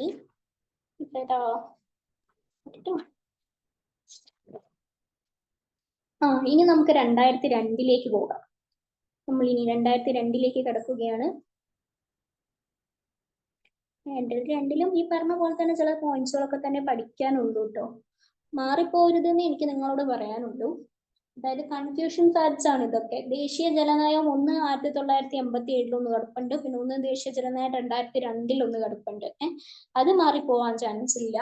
പക്ഷേ അതിൽ വരുന്ന ചില പോയിന്റുകൾ അങ്ങോട്ടും ഇങ്ങോട്ടും മാറിപ്പോവാനുള്ള ചാൻസസ് ഉണ്ട്. അത് നിങ്ങൾ കണ്ടില്ലെന്ന് നടിക്കരുത്, നന്നായി തന്നെ നോക്കണം. ദേശീയ ജലനയം 2002 നിലവിൽ വരാൻ കാരണമായ ദേശീയ ജലവിഭവ കൗൺസിലിന്റെ അഞ്ചാമത്തെ സമ്മേളനം നടന്നത് എവിടെയാണ്? 2002 ഏപ്രിൽ എവിടെയാണെന്നല്ല കേട്ടോ, നടന്ന വർഷമാണ് 2002 ഏപ്രിൽ 1. സുഖാണ്, ഏപ്രിൽ ഫൂളിന്റെ അന്നാണ്. 2002 ഏപ്രിൽ ഫൂളിന്റെ അന്നാണ് എന്തുണ്ടായത്? ദേശീയ അങ്ങനെയൊക്കെ അങ്ങനെയൊക്കെ ഒരു ടിപ്പിലൊക്കെ പഠിച്ചു പോവുക. ഇപ്പൊ ഈ 2002 ദേശീയ ജലനയം 2002 എന്താണ് 5ാമത് സമ്മേളനം നടന്നത് എന്നാ? ഏപ്രിൽ ഫൂളിന്റെ അന്ന്. അങ്ങനെ ഒരു ഏപ്രിൽ 1 ഓർത്തു വെക്കാൻ കിട്ടുന്നില്ലെങ്കിൽ അങ്ങനെയൊക്കെ ഒരു കോഡിട്ട് പഠിക്കുക. ദേശീയ ജലനയം 2002 നിലവിൽ വരാൻ കാരണമായ ദേശീയ ജലവിഭവ കൗൺസിലിന്റെ 5ാമത് സമ്മേളനം നടന്നത് 2002 ഏപ്രിൽ 1. അന്തർ സംസ്ഥാന ജലതർക്ക നിയമം ഇതെന്താ സംഭവം എന്നറിയോ? ഇത് ഞാൻ നിങ്ങൾക്ക് എക്സ്ട്രാ എടുത്ത് വെച്ചൊരു പോയിന്റ് ആണ്. അതായത് അതിന് മുന്നേ നമുക്ക് ഒരു കാര്യം പറയാനുണ്ട്. ഈ ദേശീയ ജലനയം 2002 ഉൾപ്പെടുത്തിയ പ്രധാന വിഷയങ്ങളെ പറ്റിയിട്ട് പറയാനുണ്ട്. അതൊക്കെ അത്യാവശ്യം കുറച്ചുണ്ട്. എന്താണ് ഞാൻ പറഞ്ഞല്ലോ, ഇങ്ങനെ വിശദീകരിച്ച് പഠിക്കാനൊന്നുമില്ല, ജസ്റ്റ് ഒന്ന് ഞാൻ പറഞ്ഞു പോവാം. എന്തൊക്കെയാണ് ദേശീയ ജലനയം 2002 ഉൾപ്പെടുത്തിയ പ്രധാന വിഷയങ്ങൾ എന്നുള്ളത്? വിവര സംവിധാനം, ജലവിഭവ ആസൂത്രണം, സ്ഥാപന സംവിധാനം, പദ്ധതി ആസൂത്രണം, സ്വകാര്യ മേഖലയുടെ പങ്കാളിത്തം, ജലത്തിന്റെ ഗുണനിലവാരം, പദ്ധതികളുടെ നിരീക്ഷണം, സംസ്ഥാനങ്ങൾക്കിടയിലെ ജലം പങ്കിടൽ അല്ലെങ്കിൽ വിതരണം, പ്രകടനം മെച്ചപ്പെടുത്തൽ, പരിപാലനവും നവീകരണവും, ഘടനകളുടെ സുരക്ഷ, കടലോ നദിയോ മൂലമുള്ള മണ്ണൊലിപ്പ്. ഇതൊക്കെയാണ് ദേശീയ ജലനയം 2002 ഉൾപ്പെടുത്തിയ പ്രധാന വിഷയങ്ങൾ എന്ന് പറയുന്നത്. ഇനി ട്രിബ്യൂണലിൽ വരുന്ന ജലതർക്കങ്ങൾ സമയബന്ധിതമായി തീർപ്പാക്കുന്നതിന് 1956 ഇതാണ് ഞാൻ പറഞ്ഞ 1956 അന്തർ സംസ്ഥാന ജലതർക്ക നിയമം ഉചിതമായ രീതിയിൽ അവലോകനം ചെയ്യുകയും ഭേദഗതി ചെയ്യുകയും ചെയ്യണം. അപ്പൊ അവിടെ നിന്ന് കിട്ടിയ ഒരു പോയിന്റ് ആണ് എനിക്ക്. അന്തർ സംസ്ഥാന ജലതർക്ക നിയമം എന്നാണ് നിലവിൽ വന്നത്? 1956 നിലവിൽ വരുന്നത്. എന്നാണ് അന്തർ സംസ്ഥാന ജലതർക്ക നിയമം 1956 നിലവിൽ വരികയുണ്ടായത്. ഇടയ്ക്ക് ചെക്ക് ചെയ്യാ വൈഫൈ പോകുന്നുണ്ടോ എന്നേ. ഇനി അടുത്തത് ഇന്ത്യയുടെ 2002 ദേശീയ ജലനയം ജലവിഭവ വിനിയോഗത്തിന് നിശ്ചയിച്ച മുൻഗണനാ ക്രമം 1987 നമ്മൾ എന്താ ഒരു മുൻഗണനാ ക്രമം പറഞ്ഞിട്ടുണ്ടായിരുന്നു. അതിൽ നിന്ന് ചെറിയ ചെറിയ വ്യത്യാസങ്ങളിൽ മാത്രമേ 2002 ഉള്ളൂ. പക്ഷെ ആ വ്യത്യാസങ്ങൾ ഉൾക്കൊണ്ട് തന്നെ പഠിക്കുക കേട്ടോ. കുടിവെള്ളം, ജലസേചനം, ജലവൈദ്യുതി, ജലഗതാഗതം, വ്യവസായിക ഉപയോഗം, മറ്റുപയോഗങ്ങൾ, ഇതൊക്കെയാണ് ഇന്ത്യയുടെ 2002 ദേശീയ ജലനയം ജലവിഭവ വിനിയോഗത്തിന് നിശ്ചയിച്ച മുൻഗണനാ ക്രമം എന്ന് പറയുന്നത്. അപ്പോ ഓക്കെ, ഇനി അടുത്തത് ദേശീയ ജലനയം 2012. നമ്മൾ നേരെ 2002 നിന്ന് 2012 ചാടിയിരിക്കുന്നു. ദേശീയ ജലനയം 2012 ശുപാർശ ചെയ്തത്, ശ്രദ്ധിക്കൂ, ശുപാർശ എന്നല്ല ഞാൻ എഴുതിയിരിക്കുന്നത്. ഞാൻ എന്താ എഴുതിയിരിക്കുന്നത്? ശുപാർശ എന്നാണ് എഴുതിയിരിക്കുന്നത്. യഥാർത്ഥത്തില് ശുപാർശ എന്നാണ് കേട്ടോ പറയാം. നിങ്ങൾക്ക് മലയാളത്തിലൊക്കെ ഉപകാരപ്പെടും. അതായത് യഥാർത്ഥത്തിൽ ശുപാർശ എന്നാണ് പറയാ. ശുപാർശ എന്ന വാക്ക് തെറ്റാണ് എന്നാണ് മലയാളം പറയുന്നത്. അപ്പോൾ ശുപാർശ എന്ന് തന്നെ പറഞ്ഞു പഠിക്കാം. നമ്മൾ PSC സ്റ്റുഡൻസ് ആയതുകൊണ്ട് എന്തായാലും അങ്ങനെ തന്നെ പറഞ്ഞു പഠിച്ചേ പറ്റുള്ളൂ. അപ്പൊ ഞാനിത് ഈ ക്വസ്റ്റ്യനിൽ തന്നെ എടുത്ത് പറയാൻ കാരണം നമുക്ക് മലയാളം വരുമല്ലോ, 10 മാർക്കിന് മലയാളം ആണല്ലോ, അതുകൊണ്ടാണ്. ദേശീയ ജലനയം 2012 ശുപാർശ ചെയ്തത് നാഷണൽ വാട്ടർ ബോർഡ് ആണ്, NWB. നാഷണൽ വാട്ടർ ബോർഡ് ആണ് ദേശീയ ജലനയം 2012 ശുപാർശ ചെയ്തത്. ശ്രദ്ധിച്ചു എന്ന് വിചാരിക്കുന്നു. നാഷണൽ വാട്ടർ ബോർഡ് ആണ് ദേശീയ ജലനയം 2012 ശുപാർശ ചെയ്തത് കേട്ടോ. നിങ്ങൾക്ക് നോട്ട്സ് ഒക്കെ ടീച്ചേഴ്സ് എന്താണ് അഡ്മിൻസ് ഒക്കെ അയച്ചു തരൂ കേട്ടോ. അപ്പൊ ഒന്നും കൂടി ഒന്ന് വായിക്കുമ്പോൾ സെറ്റ് ആവും. ഞാൻ പറയുന്നത് കേൾക്കുകയും നോട്ടിലേക്ക് നോക്കി മനസ്സിലാക്കുകയും ചെയ്യുന്നത്. ലാസ്റ്റ് അയച്ചു തരുന്ന PDF കൂടെ വായിച്ചു കഴിഞ്ഞാൽ പിന്നെ നിങ്ങൾക്ക് എനിക്ക് തോന്നുന്നു വീണ്ടും ഒരു റിവിഷന്റെ ആവശ്യം ഇതിലേക്ക് വരുന്നുണ്ടാവില്ല. സോ നല്ലതുപോലെ ശ്രദ്ധിച്ചുകൊണ്ട്.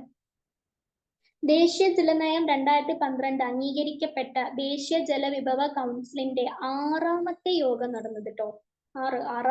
ആറാമത്തെ യോഗം നടന്നത് എന്നാണ്? 2012 ഡിസംബർ 28-നാണ്. 2012 ഡിസംബർ 28-ന്. നമുക്ക് 2002 5ാമത്തെ സമ്മേളനമാണ് കേട്ടോ നടന്നത്. ഈ 2012 6ാമത്തെ യോഗമാണ് നടന്നിട്ടുള്ളത്. അങ്ങോട്ടും ഇങ്ങോട്ടും മാറിപ്പോരുത്. അതിന് വേണ്ടിയിട്ടാണ് എടുത്തെടുത്ത് വീണ്ടും പറഞ്ഞുകൊണ്ടിരിക്കുന്നത്. ദേശീയ ജലനയം 2012 അംഗീകരിക്കപ്പെട്ട ദേശീയ ജലവിഭവ കൗൺസിലിന്റെ 6ാമത്തെ യോഗം നടന്നത് എന്നാണ്? 2012 ഡിസംബർ 28-ന്. ഓക്കെ അല്ലേ? ലാസ്റ്റ് ഇനിയാണ് നമ്മളുടെ പ്രധാന ടോപ്പിക്കിലേക്ക് നമ്മൾ കിടക്കുന്നത്. എന്താണ് തണ്ണീർത്തടങ്ങൾ? എന്താണ് തണ്ണീർത്തടങ്ങൾ? ഉപരിതല ജലം സംഭരിക്കപ്പെടുന്ന സ്വാഭാവിക ഇടങ്ങളാണ് എന്ത്? തണ്ണീർത്തടങ്ങൾ. ഉപരിതല ജലം സംഭരിക്കപ്പെടുന്ന സ്വാഭാവിക ഇടങ്ങളാണ് തണ്ണീർത്തടങ്ങൾ. അതായത് നമ്മുടെ ഭൂമിയിലെ ഉപരിതല ജലം, ഭൂമിക്ക് മുകളിൽ കാണുന്ന ജലം സംഭരിക്കപ്പെടുന്ന സ്വാഭാവികമായെന്ന് പറഞ്ഞാൽ സ്വാഭാവികമായിട്ട് സംഭവിക്കുന്നത്, അതാണ് തണ്ണീർത്തടങ്ങൾ എന്ന് പറയുന്നത്.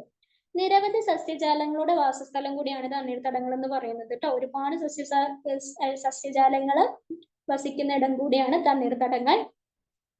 അന്റാർട്ടിക്ക ഒഴികെ എല്ലാ ഭൂഖണ്ഡങ്ങളിലും തണ്ണീർത്തടങ്ങൾ ഉണ്ടെന്ന് നിങ്ങൾ മനസ്സിലാക്കുക. അന്റാർട്ടിക്ക ഒഴികെ ബാക്കി എല്ലായിടത്തും എന്തുണ്ട്? തണ്ണീർത്തടങ്ങൾ ഉണ്ട് സുഹൃത്തുക്കളെ. ഇനി വയലുകള്, കുളങ്ങള്, ചതുപ്പ് നിലയങ്ങള് തുടങ്ങിയ എല്ലാ താഴ്ന്ന പ്രദേശങ്ങളും തണ്ണീർത്തടങ്ങൾ എന്ന വിഭാഗത്തിൽ പെടും. അതൊന്നും അതിൽ എഴുതിയിട്ടില്ല കേട്ടോ. ഇതൊക്കെ ജസ്റ്റ് നമുക്ക് അറിയുന്ന കാര്യങ്ങളൊക്കെ തന്നെയാണ്. അന്ന് വീണ്ടും എഴുതി വെച്ച് വെറുതെ സമയം കളയണ്ടല്ലോ എന്ന് കരുതിയിട്ടാണ്. എന്നാൽ പഠിക്കേണ്ടതായിട്ടുള്ള എല്ലാ പോയിന്റ്സും ഞാൻ ഇതിൽ എഴുതി വെച്ചിട്ടുണ്ട്. അതനുസരിച്ചാണ് ഞാൻ ഈ പറയുന്നത് കേട്ടോ.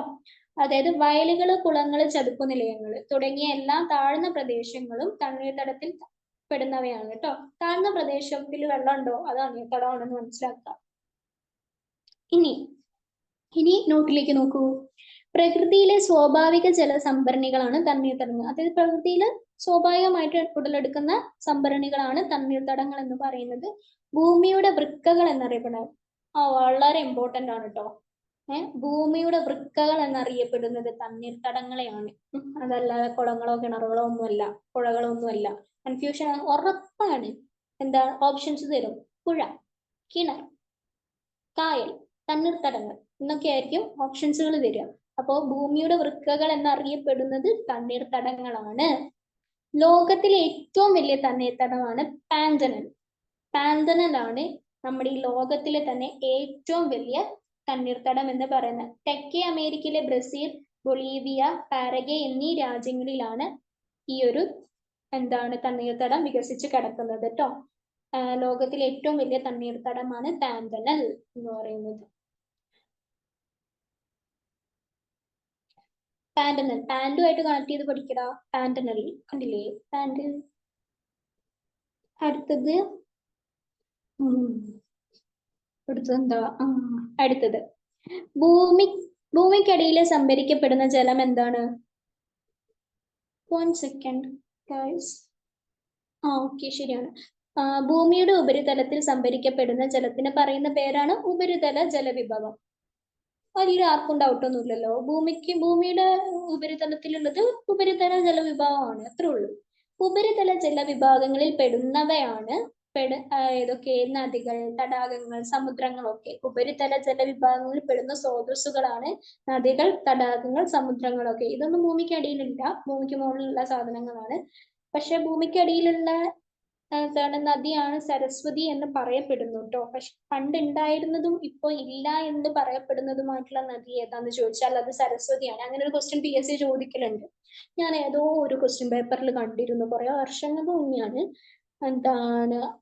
ഇപ്പോൾ ഉള്ളതും പിന്നെ പണ്ട് ഉണ്ടായിരുന്നതും ഇപ്പൊ ഇല്ല എന്ന് പറയുന്നതുമായ നദി ഏതാണ്? അപ്പൊ സരസ്വതി നദിയാണ് എന്നാണ് പറയപ്പെടുന്നത് കേട്ടോ.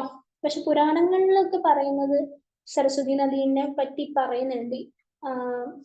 ഞാന് നിങ്ങൾക്ക് അത് മറന്നു പോകാതിരിക്കാനാണ് കേട്ടോ എക്സ്ട്രാ പോയിന്റ്സുകളൊക്കെ ഇങ്ങനെ പറയുന്നത്. മഹാഭാരതത്തിലൊക്കെ സരസ്വതി നദിയുടെ തീരത്ത് വെച്ചിട്ടാണ് മഹാഭാരത യുദ്ധം ഉണ്ടായെന്നൊക്കെയാണ് പറയപ്പെടുന്നത്. അപ്പൊ എത്രത്തോളം ലോജിക്കുള്ള കാര്യമാണെന്നൊന്നും അറിയില്ല. അടുത്തത് ലോക തണ്ണീർത്തട ദിനം എന്നാണ്? ഫെബ്രുവരി 2-ാം തീയതിയാണ് ലോക തണ്ണീർത്തട ദിനം നടക്കുന്നതല്ല, ലോക തണ്ണീർത്തട ദിനം എന്നാണ് ഫെബ്രുവരി 2-നാണ്. ഇനി നമുക്ക് കുറച്ച് ഒരു പൊടിക്ക് കറണ്ട് അഫയേഴ്സ് എന്നുള്ള ഒരു രീതിയിൽ പഠിക്കാനുള്ള സംഭവം ഉണ്ട്. കറണ്ട് അഫയർ അല്ല, നിങ്ങൾ കറണ്ട് അഫയർ പഠിക്കുമ്പോൾ അത് ഞാൻ പറഞ്ഞുതരാം. 2021 മുതലുള്ള കറണ്ട് അഫയർ നോക്കിയേ പറ്റുള്ളൂ. എന്തായാലും നോക്കിയിരിക്കണം. ഒരു ദിവസം പോലും നിങ്ങൾ കറണ്ട് അഫയർ ഇല്ലാതെ ക്ലാസ് മുന്നോട്ട് കൊണ്ടുപോകരുത്. അപ്പൊ നമ്മുടെ തന്നെ സെന്ററിന്റെ ഭാഗമായിട്ട് കറണ്ട് അഫയേഴ്സ് അപ്ലോഡ് ചെയ്യുന്നുണ്ട്. ഒന്നുമില്ലടാ, ജസ്റ്റ് ഒന്ന് നിങ്ങൾ കിടക്കാൻ നേരത്തെങ്കിലും ഒന്ന് വായിച്ചു കിടക്കുക. കാരണം ഈ ഒരു സംഭവത്തിന് മാത്രമായിട്ട് 20 മാർക്കാണെന്ന് ആലോചിച്ച് നോക്കിക്കേ. നമുക്ക് ബാക്കിയുള്ള GK എന്തായാലും ഇതേപോലെ പഠിച്ചിരിക്കണം. പിന്നെ ഇംഗ്ലീഷും മാത്സും മലയാളവും ഒക്കെ നമ്മൾ കുറച്ചുകൂടെ നോക്കിയാൽ നമുക്ക് കിട്ടാവുന്നത് തന്നെയാണ്. പക്ഷേ ഈ ഒരു സംഭവം ഈ കറണ്ട് അഫയർ എന്ന് പറയുന്നത് നമ്മൾ നോക്കിയിട്ടില്ലെങ്കിൽ നമുക്ക് കിട്ടൂല. അതും LTCക്ക് 20 മാർക്കിനാണ് കറണ്ട് അഫയർ ചോദിക്കുന്നത്. അപ്പൊ അതുകൊണ്ട് എന്തായാലും ജസ്റ്റ് നിങ്ങൾ നോക്കിയിരിക്കണം. അപ്പൊ ലോക തണ്ണീർത്തട ദിനം ഫെബ്രുവരി 2-ാം തീയതിയാണ് 2-ാം തീയതിയാണ്. ലോക തണ്ണീർത്തട ദിനം എന്താണ്? ഫെബ്രുവരി 2-നാണ്. 2020 ലോക തണ്ണീർത്തട ദിനത്തിന്റെ പ്രമേയം എന്താണ്? Wetland and biodiversity. 2020 ലോക തണ്ണീർത്തട ദിനത്തിന്റെ പ്രമേയം എന്താണ്?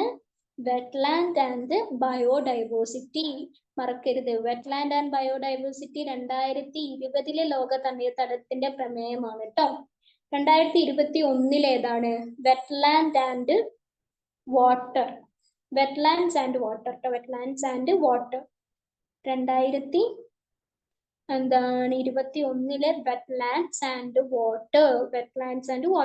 2022 wetlands action for people and nature. Wetlands action for people and nature. 2022 wetlands action for people and nature. നിങ്ങളുടെ മനസ്സിങ്ങനെ അങ്ങോട്ട് പതിപ്പിക്കുക. അതിന് വേണ്ടിയിട്ടാണ് വീണ്ടും വീണ്ടും റിപ്പീറ്റഡ് അടിക്കുന്നത് കേട്ടോ. ബോറാകും എനിക്കറിയാം, പക്ഷെ ഞാൻ പറഞ്ഞല്ലോ, ജോലി വേണം, ശ്രമിച്ചാൽ വിജയം നമുക്ക്. ഇനി അടുത്ത് നമ്മൾ എങ്ങോട്ടാണ് പോകുന്നത്? ഭൂമിക്കടിയിൽ സംഭരിക്കപ്പെടുന്ന ജലം, അതിനെയാണ് ഭൂഗർഭ ജലം എന്ന് പറയുന്നത്. സ്വാഭാവികം, ഭൂമിക്കടിയിലുള്ളത് എന്താ? ഭൂഗർഭ ജലമാണ്. ഇനി ഭൂഗർഭ ജല വിഭാഗങ്ങളിൽ പെടുന്ന സ്രോതസ്സുകളാണ് കിണർ, കുഴൽ കിണർ, കുളം. ഓക്കെ, ഈ കുഴൽ കിണറൊക്കെ ഡയറക്റ്റ് ഭൂമിക്കടിയിൽ നിന്ന് തന്നെ കിട്ടുന്ന സാധനമാണ് കേട്ടോ. മറ്റേത് ഭൂമിക്കടിയിൽ നിന്ന് തന്നെയാണ്, കിണറും കുളമൊക്കെ ഭൂമിക്കടിയിൽ നിന്ന് തന്നെ. പക്ഷെ എനിക്ക് ഈ കുഴൽ കിണർ എപ്പോഴും ഒരു അത്ഭുതമായിട്ട് തോന്നലുണ്ട്. അതായത് ഭൂമിക്കടിയിൽ എത്ര തുറന്നു പോയിട്ടാണ് ആ ഒരു വെള്ളം എടുക്കുന്നതെന്നുള്ളത്. മാത്രമല്ല നമുക്ക് ഈ കിണറ്റിൽ നിന്ന് കിട്ടുന്ന വെള്ളത്തിന്റെ അത്ര ഒരു ടേസ്റ്റ് ഒന്നുമില്ല. അത് ചിലപ്പോൾ ആ ഒരു കൊഴിക്കുന്നതിന്റെ എന്തെങ്കിലും കെമിക്കൽ അങ്ങനെ എന്തെങ്കിലും ആയിരിക്കാം. പക്ഷെ എന്നാലും എനിക്കത് പറ്റില്ല. ചെറിയൊരു ചൊവയാണല്ലോ കുഴൽക്കിണറിലെ വെള്ളത്തിന്. ഇപ്പൊ ഭൂഗർഭജല വിഭാഗങ്ങളിൽ പെടുന്ന സ്രോതസ്സുകളാണ് കിണറ്, കുഴൽക്കിണറ്, കുളങ്ങളൊക്കെ. ഭൂമിക്കടിയിലെ ജലസമൃദ്ധമായ ഭാഗത്തിന്റെ മുകൾ പരപ്പ് ഭൂമിക്കടിയിലെ ജലസമൃദ്ധമായ ഭാഗത്തിന്റെ മുകൾ പരപ്പിന് പറയുന്ന പേരാണ് ജലപീഠം. അതായത് ഭൂമിക്കടിയിൽ വെള്ളം കൊണ്ട് മൂടി കിടക്കുന്ന സംഭവം ഉണ്ടല്ലോ, അതിനെ പറയുന്നതാണ് ജലപീഠം. നിങ്ങൾ മനസ്സിൽ വിചാരിച്ചേ, ഭൂമിക്കടിയിൽ നമ്മൾ ഭൂമിക്കടിയിൽ ഇങ്ങനെ തുറന്ന് പോയി, അപ്പൊ എന്താ ഇങ്ങനെ നല്ല തെളിഞ്ഞ വെള്ളം ഇങ്ങനെ കിടക്കാണ്, അതാണ് ജലപീഠം. മനസ്സിലായില്ലേ? ഇനി ഭൂഗർഭ ജലത്തിന്റെ അമിത ഉപയോഗത്തിൽ ഉണ്ടാവുന്ന പ്രത്യാഘാതം എന്താണെന്നറിയോ? അതായത് ഈ ഞാൻ നേരത്തെ പറഞ്ഞ പോലെ എന്താണ് പല സംസ്ഥാനങ്ങളിൽ ഈ ഭൂഗർഭജലം എന്താണ് ദുരുപയോഗം ചെയ്യുന്നുണ്ടല്ലോ. അപ്പൊ അതുകൊണ്ട് ഉണ്ടാവുന്നത് ഇതാണ് ജലപീഠത്തിന്റെ ശോഷണത്തിലേക്ക് നയിക്കുന്നു. അതായത് ഈ ജലപീഠം കുറയ്ക്കുക, അതില്ലാതാക്കുക, അതിന് കുറവുണ്ടാവുക. ഭൂഗർഭജലത്തിന്റെ അമിത ഉപയോഗം കാരണമാണ് കേട്ടോ അതുണ്ടാവുന്ന ജലപീഠത്തിന്റെ ശോഷണത്തിലേക്ക് നയിക്കുന്നു എന്നാണ് പറയുന്നത്. ഭൂഗർഭ നിരപ്പ് വർദ്ധിപ്പിക്കുന്നതിനും സംരക്ഷിക്കുന്നതിനുമായി ഗ്രൗണ്ട് വാട്ടർ ആക്ട് 2020 പാസാക്കിയ സംസ്ഥാനം ഏതാ? ഉത്തർപ്രദേശാണ് കേട്ടോ. ഭൂഗർഭ ജലനിരപ്പ് വർദ്ധിപ്പിക്കുന്നതിനും സംരക്ഷിക്കുന്നതിനുമായി ഗ്രൗണ്ട് വാട്ടർ ആക്ട്. ഇവിടെ നിങ്ങൾ ശ്രദ്ധിക്കണം കേട്ടോ പോയിന്റ്സ്. ഞാന് എന്താണ് ഈ മാർക്കർ എടുക്കാത്തത്, ഞാനത് യൂസ് ചെയ്ത് നോക്കിയിട്ടുണ്ടായിരുന്നില്ല. അടുത്ത ക്ലാസ്സിൽ എന്തായാലും അത് യൂസ് ചെയ്തിട്ട് എങ്ങനെയാണെന്നുള്ളത് നോക്കിയിട്ട് ഞാൻ ഓരോ പോയിന്റും അണ്ടർലൈൻ ചെയ്ത് സെറ്റാക്കാം കേട്ടോ. ഇപ്പൊ നിങ്ങൾ എന്തായാലും ഞാൻ വായിക്കുന്ന ഓരോ പോയിന്റുകളും ഞാൻ അതിനനുസരിച്ചാണ് സ്ക്രീനിൽ വെക്കുന്നത് കേട്ടോ, നിങ്ങൾ എന്താണ് കൂടെ പിടിക്കാൻ വേണ്ടിയിട്ട്. ഭൂഗർഭ ജലനിരപ്പ് വർദ്ധിപ്പിക്കുന്നതിനും സംരക്ഷിക്കുന്നതിനുമായി ഗ്രൗണ്ട് വാട്ടർ ആക്ട് 2020 പാസാക്കിയ സംസ്ഥാനം ഉത്തർപ്രദേശ് ആണ് കേട്ടോ. ഉത്തർപ്രദേശുകാർ അങ്ങനെ ചെയ്തിട്ടുണ്ട് എന്ന് 2020. അപ്പൊ ഗ്രൗണ്ട് വാട്ടർ ആക്ട് 2020 പാസാക്കിയ സംസ്ഥാനം ഏതാണ്? ഉത്തർപ്രദേശാണ്, മറക്കരുത്. അടുത്തത് കേരള നെൽവയൽ തണ്ണീർത്തട സംരക്ഷണ നിയമം നിലവിൽ വന്നത് 2008 കേട്ടോ. നമ്മുടെ കേരളത്തിലെ നെൽവയലും തണ്ണീർത്തട സംരക്ഷണ നിയമവും നിലവിൽ വരുന്നത് ഒറ്റ പേരാണ്, 2008 കേരള നെൽവയൽ തണ്ണീർത്തട സംരക്ഷണ നിയമം നിലവിൽ വരുന്നത് 2008 കേരളത്തില്. ഇനി 2008 കേരള നെൽവയൽ തണ്ണീർത്തട സംരക്ഷണ നിയമം ഭേദഗതി ചെയ്യപ്പെട്ടത്, ഇത് വരിക മാത്രമല്ല പിന്നീട് അത് ഭേദഗതി ചെയ്യപ്പെട്ടു 3 വർഷങ്ങളിലായി. ആ വർഷങ്ങളാണ് 2011, 2016, 2018. ഏതൊക്കെ വർഷങ്ങളിലാണ്? 2011, 2016, 2018. 2008 കേരള നെൽവയൽ തണ്ണീർത്തട സംരക്ഷണ നിയമം ഭേദഗതി ചെയ്യപ്പെട്ടത് 3 വർഷങ്ങളിലായിട്ടാണ്, 2011, 16, 18.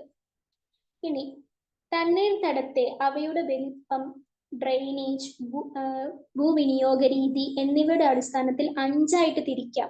എങ്ങനെ തിരിക്കാം? തണ്ണീർത്തടത്തെ അവയുടെ വലിപ്പം, ഡ്രെയിനേജ്, ഭൂവിനിയോഗ രീതി എന്നിവയുടെ അടിസ്ഥാനത്തിൽ 5ആയി തിരിക്കാം എന്നാണ് പറയുന്നത്. എങ്ങനെ 5ആയി തിരിക്കാം? 1. Macro watershed, sub watershed, milli watershed, micro watershed, mini watershed. 5 രീതിയിൽ തരംതിരിച്ചിരിക്കുന്നത് ഇങ്ങനെയാണ്. എങ്ങനെയൊക്കെ?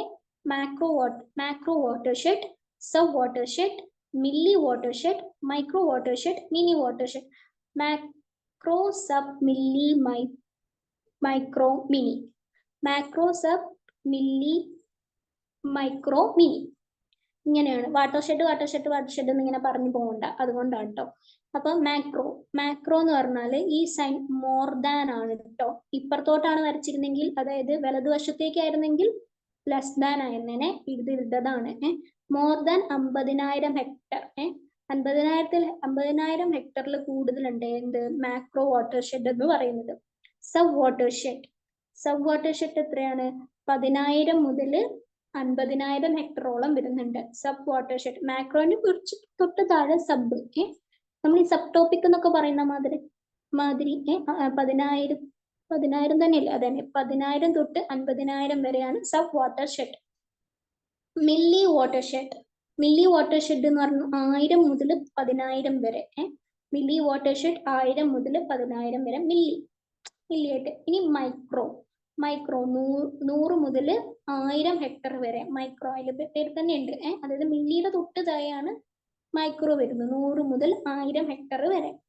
ഇനി മിനി ഒറ്റ മിനിമം എന്നൊക്കെ പറയില്ലേ, മിനി വാട്ടർ ഷെഡ്, അത് 1 മുതൽ 100 ഹെക്ടർ വരെയാണ് വരുന്നത് കേട്ടോ. ഈ അളവ് നിങ്ങൾ നോക്കി വെച്ചിട്ടില്ലെങ്കിലും ഈ സാധനങ്ങൾ എന്തായാലും ഈ 5 എണ്ണം എന്തായാലും പഠിച്ചു വെച്ചിരിക്കണം. ഞാൻ പറഞ്ഞ പോലെ ഈ വാട്ടർ ഷെഡ് എന്ന് പഠിച്ചു പോകാതെ ആദ്യത്തെ വാക്കുകൾ മാത്രം മനസ്സിലോർത്ത് വെക്കുക. Macro, sub, milli, micro, mini ഒക്കെ ഉള്ളത്. നമുക്ക് അടുത്ത ഘട്ടത്തിലേക്ക് പോവാം സുഹൃത്തുക്കളെ.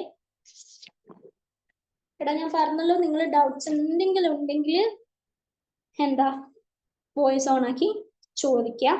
നീ അങ്ങനെ ചോദിക്കാൻ മടിയുള്ളവർ എന്താ ചെയ്യുക, ചാറ്റ്സിൽ ടൈപ്പ് ചെയ്തിടുക. ക്ലാസ് തീർന്നതിന് ശേഷം ഞാൻ ചാറ്റ് ബോക്സ് നോക്കി ഡൗട്ട്സ് എന്തെങ്കിലും ഉണ്ടോ എന്ന്, ഡൗട്ട്സ് എന്തെങ്കിലും ഉണ്ടെങ്കിൽ അതിന്റെ സ്ക്രീൻഷോട്ട് എടുക്കുന്നതായിരിക്കും കേട്ടോ.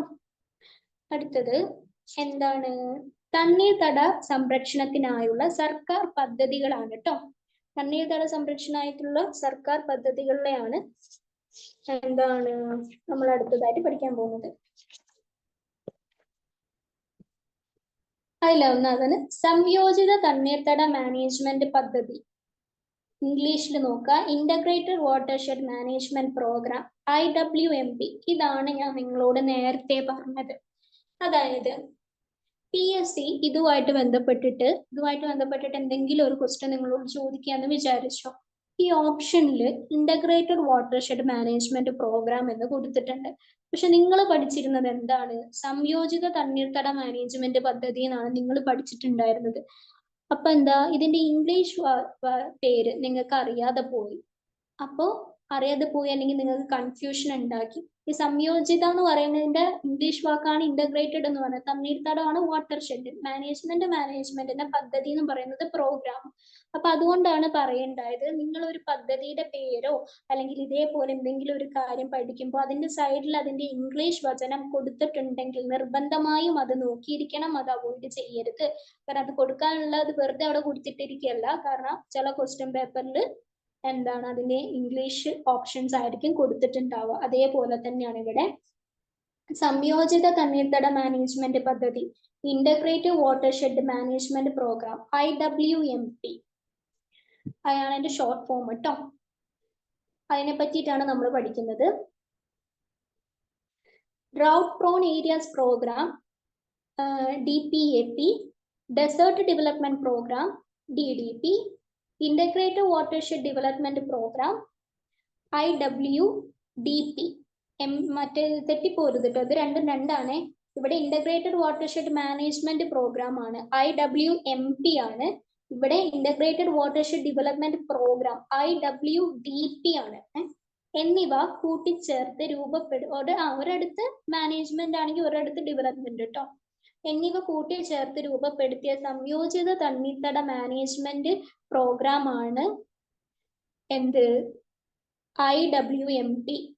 ഈ പദ്ധതി നിലവിൽ വന്നത് 2009 കേട്ടോ. ഈ drought prone area programme, desert development programme, integrated watershed development programme, ഇവയെല്ലാം കൂട്ടിച്ചേർത്തിട്ടാണ് എന്തുണ്ടായത്, ഇന്റഗ്രേറ്റഡ് വാട്ടർഷെഡ് മാനേജ്മെന്റ് പ്രോഗ്രാം ഉണ്ടാവുന്നത്. അതെന്നാണ് നിലവിൽ വരുന്നത്, 2009 അത് നിലവിൽ വരുന്നത്. ഇനി പദ്ധതി നടപ്പിലാക്കുന്നത് കേന്ദ്ര സർക്കാരാണ് കേട്ടോ. ഗ്രാമവികസന വകുപ്പിന്റെ ഭൂവിഭാഗ മന്ത്രാലയത്തിനു കീഴിലാണ് കേന്ദ്ര സർക്കാർ ഈ ഒരു പദ്ധതി നടപ്പിലാക്കുന്നത്. IWMP, integrated watershed management programme, അല്ലെങ്കിൽ മലയാളത്തിലാണെങ്കിൽ സംയോജിത തണ്ണീർത്തട മാനേജ്മെന്റ് പദ്ധതി കേന്ദ്ര സർക്കാർ നടപ്പിലാക്കുന്നത്. ഞാൻ ഇത്തിരി വെള്ളം കുടിക്കട്ടെ, ശബ്ദം.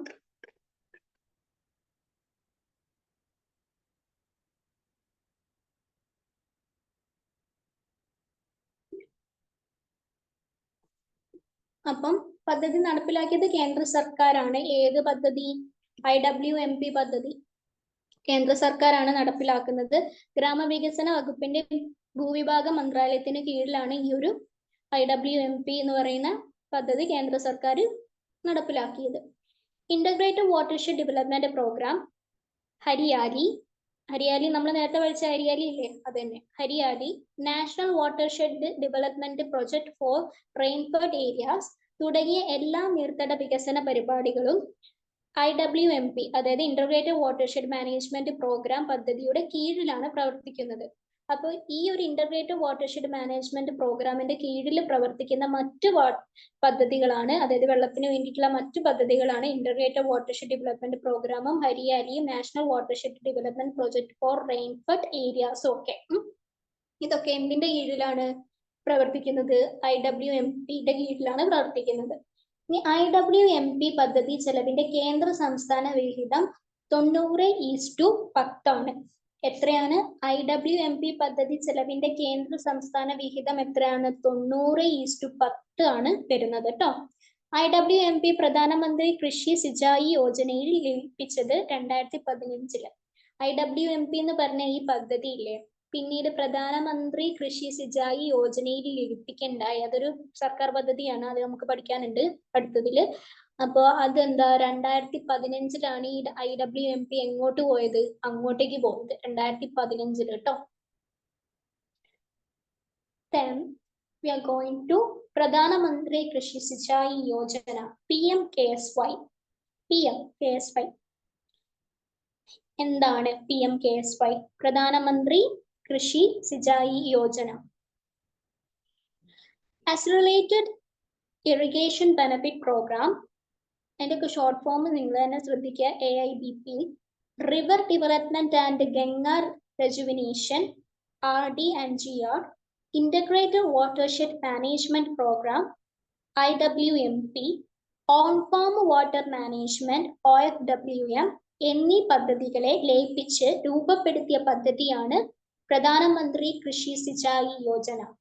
നമുക്ക് ഈ പ്രധാനമന്ത്രി കൃഷി സിഞ്ചായി യോജനയിൽ എത്ര പദ്ധതികളാണ് ലയിപ്പിച്ചിട്ടുള്ളത് എന്നുള്ളത് Accelerated Irrigation Benefit പ്രോഗ്രാമും river development and Ganga rejuvenation, integrated watershed management programme, on farm water management എന്നീ പദ്ധതികളെ ലയിപ്പിച്ചത് പ്രധാനമന്ത്രി കൃഷി സിഞ്ചായി യോജനയിലാണ്. ഇനി ഹർ ഘർ കോ പാനി എന്ന മുദ്രാവാക്യത്തോടെ PMKSY പദ്ധതി നിലവിൽ വന്നത് 2015 ജൂലൈ 1-നാണ്.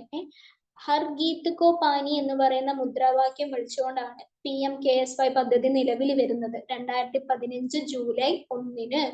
ഹർ ഘർ കോ പാനി ഒരു പാട്ടിന്റെ ലൈനൊക്കെ പോലെ തോന്നില്ലേ? അല്ലെങ്കിൽ ഹിന്ദി മുദ്രാവാക്യങ്ങൾ കേൾക്കാൻ രസമാണ്, എനിക്കിഷ്ടം. ഇനി PMKSY പദ്ധതിയുടെ പ്രവർത്തന തലങ്ങളാണ് കേട്ടോ പറയുന്നത്. ദേശീയ തലത്തില് ഇതെങ്ങനെ പ്രവർത്തിക്കുന്നേ നമുക്ക് നോക്കാം. ദേശീയ തലത്തില് നാഷണൽ സ്റ്റിയറിംഗ് കമ്മിറ്റിയും പിന്നെ നാഷണൽ എക്സിക്യൂട്ടീവ് കമ്മിറ്റിയും കൂടിയാണ് ദേശീയ തലത്തിൽ PMKSY പദ്ധതി പ്രവർത്തിക്കുന്നത്. ദേശീയ തലത്തിലെ നാഷണൽ സ്റ്റിയറിംഗ് കമ്മിറ്റിയും നാഷണൽ എക്സിക്യൂട്ടീവ് കമ്മിറ്റിയും. ഇതിൽ നാഷണൽ സ്റ്റിയറിംഗ് കമ്മിറ്റിയുടെ ചെയർമാൻ ആരാണ്? പ്രധാനമന്ത്രിയാണ്. സ്വാഭാവികമായിട്ടും നമ്മുടെ മോദിജി ആയിരിക്കും. നാഷണൽ എക്സിക്യൂട്ടീവ് കമ്മിറ്റി ചെയർമാൻ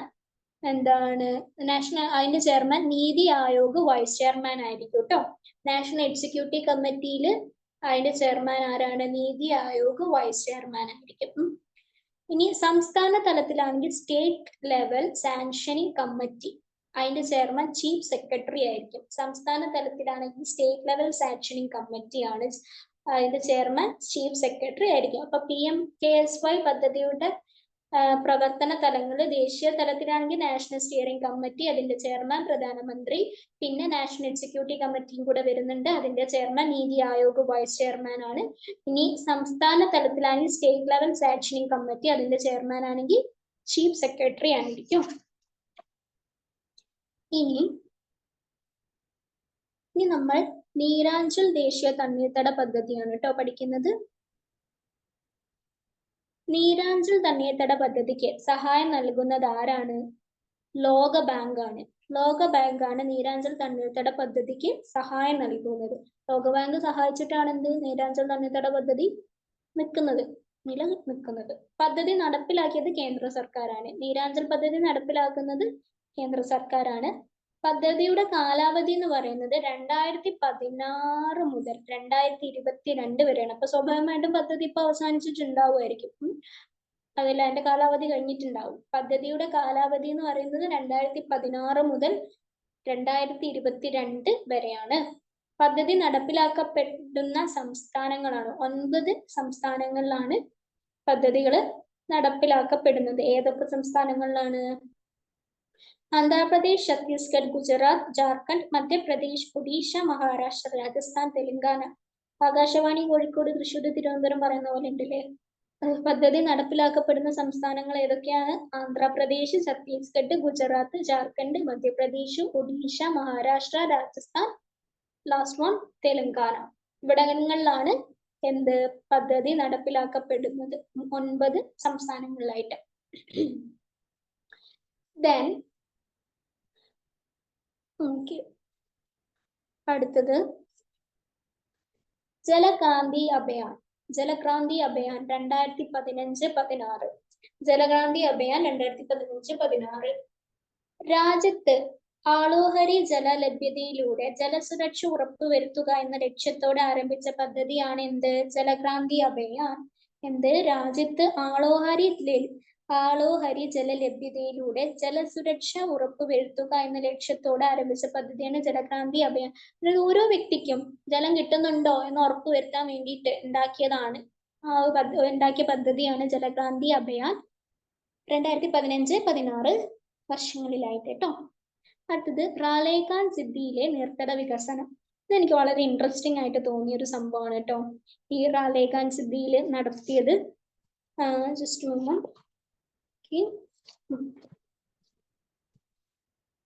ഇപ്പൊ റാലേഗാൻ സിദ്ധിയിലെ നീർത്തട വികസനം എന്ന് പറയുമ്പോൾ രാജ്യത്തെ നീർത്തട വികസനത്തിന് പേരുകേട്ട ഗ്രാമമാണ് മഹാരാഷ്ട്രയിലെ അഹമ്മദ് നഗർ ജില്ലയിലെ റാലേഗാൻ സിദ്ധി.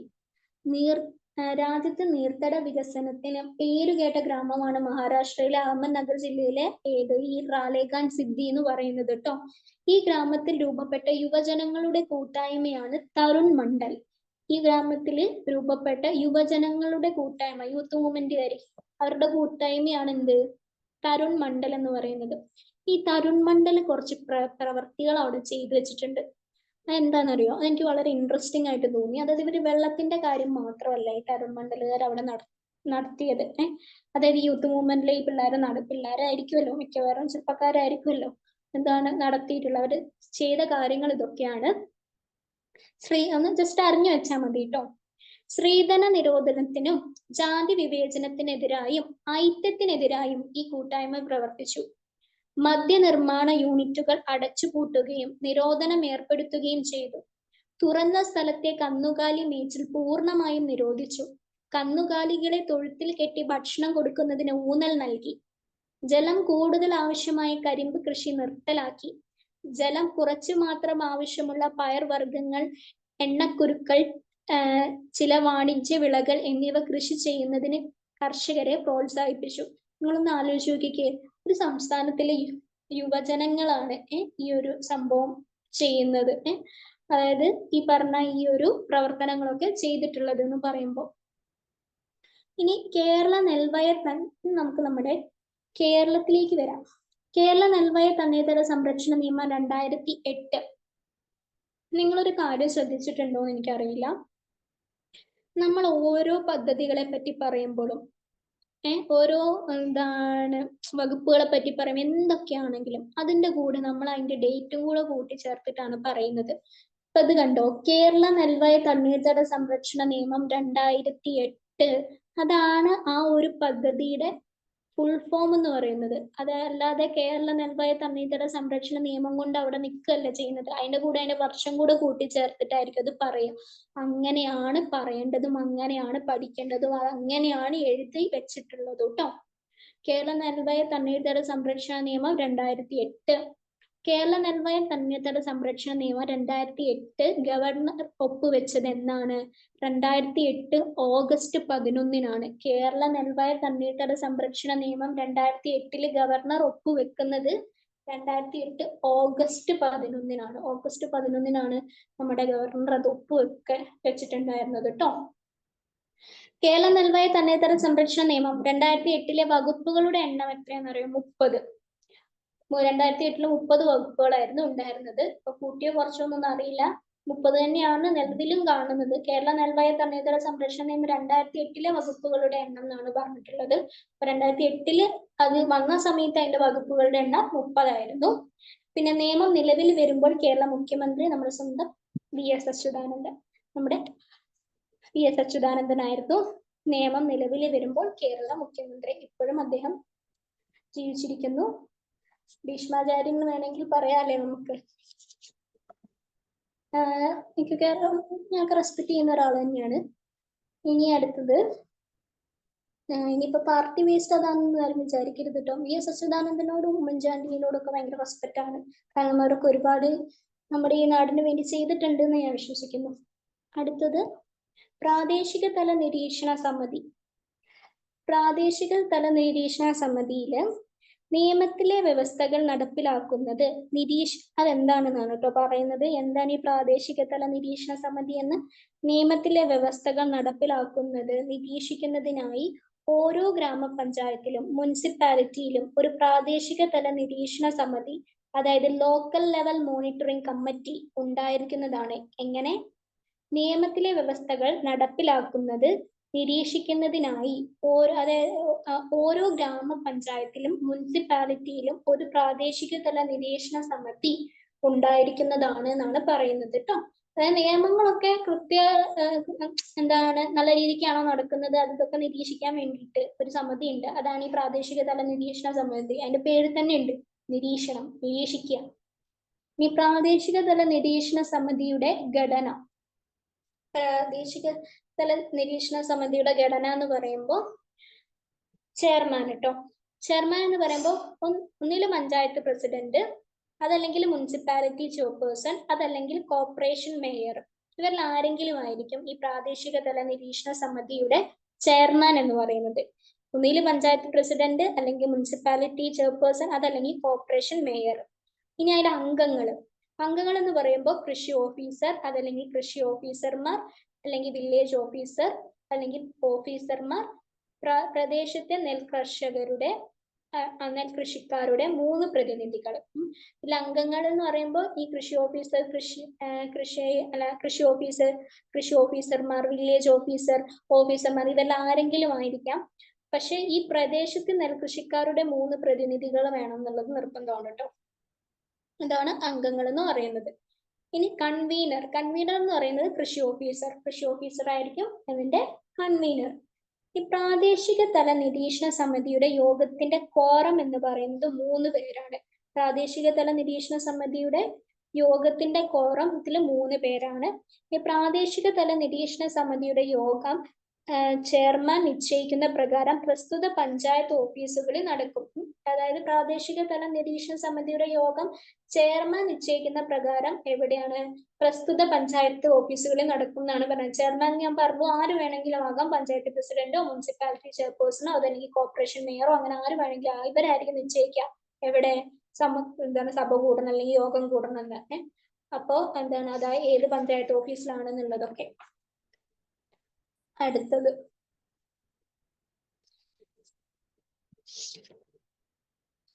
അടുത്തത് സംസ്ഥാന തല സമിതിയുടെ രൂപീകരണം കേട്ടോ. സംസ്ഥാന ഗവൺമെന്റ് ആണ് സംസ്ഥാന തല സമിതി രൂപീകരിക്കുന്നത്. ആരാണ്? സംസ്ഥാന ഗവൺമെന്റ് ആണ് സംസ്ഥാന തല സമിതി രൂപീകരിക്കുന്നത് കേട്ടോ. സമിതിയിലെ അംഗങ്ങളായിരിക്കും, ശ്രദ്ധിക്കുക, agricultural production commissioner, land revenue commissioner, പരിസ്ഥിതി മേഖലയിലെ വിദഗ്ധൻ, നെല്ലുൽപാദന മേഖലയിലെ ഒരു ശാസ്ത്രജ്ഞൻ. ആരൊക്കെയാണ് സമിതിയിലെ? Agricultural production commissioner, land revenue commissioner, പരിസ്ഥിതി മേഖലയിലെ വിദഗ്ധൻ, നെല്ലുൽപാദന മേഖലയിലെ ഒരു ശാസ്ത്രജ്ഞൻ. ഇവരൊക്കെയാണ് സംസ്ഥാന തല സമിതിയുടെ രൂപീകരണത്തിലെ അംഗങ്ങൾ എന്ന് പറയുന്നത് കേട്ടോ. ഇനി കൺവീനർ ആണെങ്കിൽ അഗ്രികൾച്ചറൽ പ്രൊഡക്ഷൻ കമ്മീഷണർ. കൺവീനർ ആരാണ്? Agricultural production commissioner. സമിതിയിലെ അംഗങ്ങളെ നാമനിർദ്ദേശം ചെയ്യുന്നത് സംസ്ഥാന സർക്കാരാണ്. അതായത് ഈ സമിതിയിലുള്ള അംഗങ്ങളെ നാമനിർദ്ദേശം ചെയ്യുന്നത് ആരാണ്? സംസ്ഥാന സർക്കാരാണ്. കേരള നെൽവയൽ തണ്ണീർത്തട സംരക്ഷണ നിയമം 2008 പ്രാദേശിക സമിതിയെ പറ്റി പരാമർശിക്കപ്പെടുന്ന വകുപ്പ് ഏതാന്ന് ചോദിച്ചാൽ ഏതാണ്? സെക്ഷൻ 5 കേരള നെൽവയൽ തണ്ണീർത്തട സംരക്ഷണ നിയമം 2008 പ്രാദേശിക സമിതിയെ പറ്റി പരാമർശിക്കപ്പെടുന്ന വകുപ്പ് സെക്ഷൻ 5 സംസ്ഥാനത്തെ സമിതിയെ പറ്റി പരാമർശിക്കപ്പെടുന്ന വകുപ്പാണെങ്കിൽ സെക്ഷൻ 8 സംസ്ഥാനതല സമിതിയെ പറ്റി പരാമർശിക്കപ്പെടുന്നത് എവിടെയാണ്? സെക്ഷൻ 8 ഈ ജില്ലാതല സമിതിയെ പറ്റി പരാമർശിക്കപ്പെടുന്ന വകുപ്പ് സെക്ഷൻ 9 പെടും. ഒന്നുകൂടി ശ്രദ്ധിക്കുക കേട്ടോ. കേരള നെൽവയൽ തണ്ണീർത്തട സംരക്ഷണ നിയമം 2008 പ്രാദേശിക സമിതിയെ പറ്റി പരാമർശിക്കപ്പെടുന്ന വകുപ്പാണ് സെക്ഷൻ 5. സംസ്ഥാനതല സമിതിയെ പറ്റി പരാമർശിക്കപ്പെടുന്ന വകുപ്പാണ് സെക്ഷൻ 8. ജില്ലാതല സമിതിയെ പറ്റി പരാമർശിക്കപ്പെടുന്ന വകുപ്പാണ് സെക്ഷൻ 9. ഈ സംസ്ഥാന തലമാണെങ്കിൽ 8 ആയിരിക്കും, ജില്ലാതലമാണെങ്കിൽ 9 ആയിരിക്കും. പിന്നെ മറ്റേത് ഈ കേരള നെൽവയൽ തണ്ണീർത്തട സംരക്ഷണ നിയമം 2008 പ്രാദേശിക സമിതിയെ പറ്റി പരാമർശിക്കപ്പെടുന്ന വകുപ്പ് സെക്ഷൻ 5. അതൊന്ന് ജസ്റ്റ് ഒന്ന് നല്ലപോലെ തറവായിട്ട് നോക്കുക കേട്ടോ.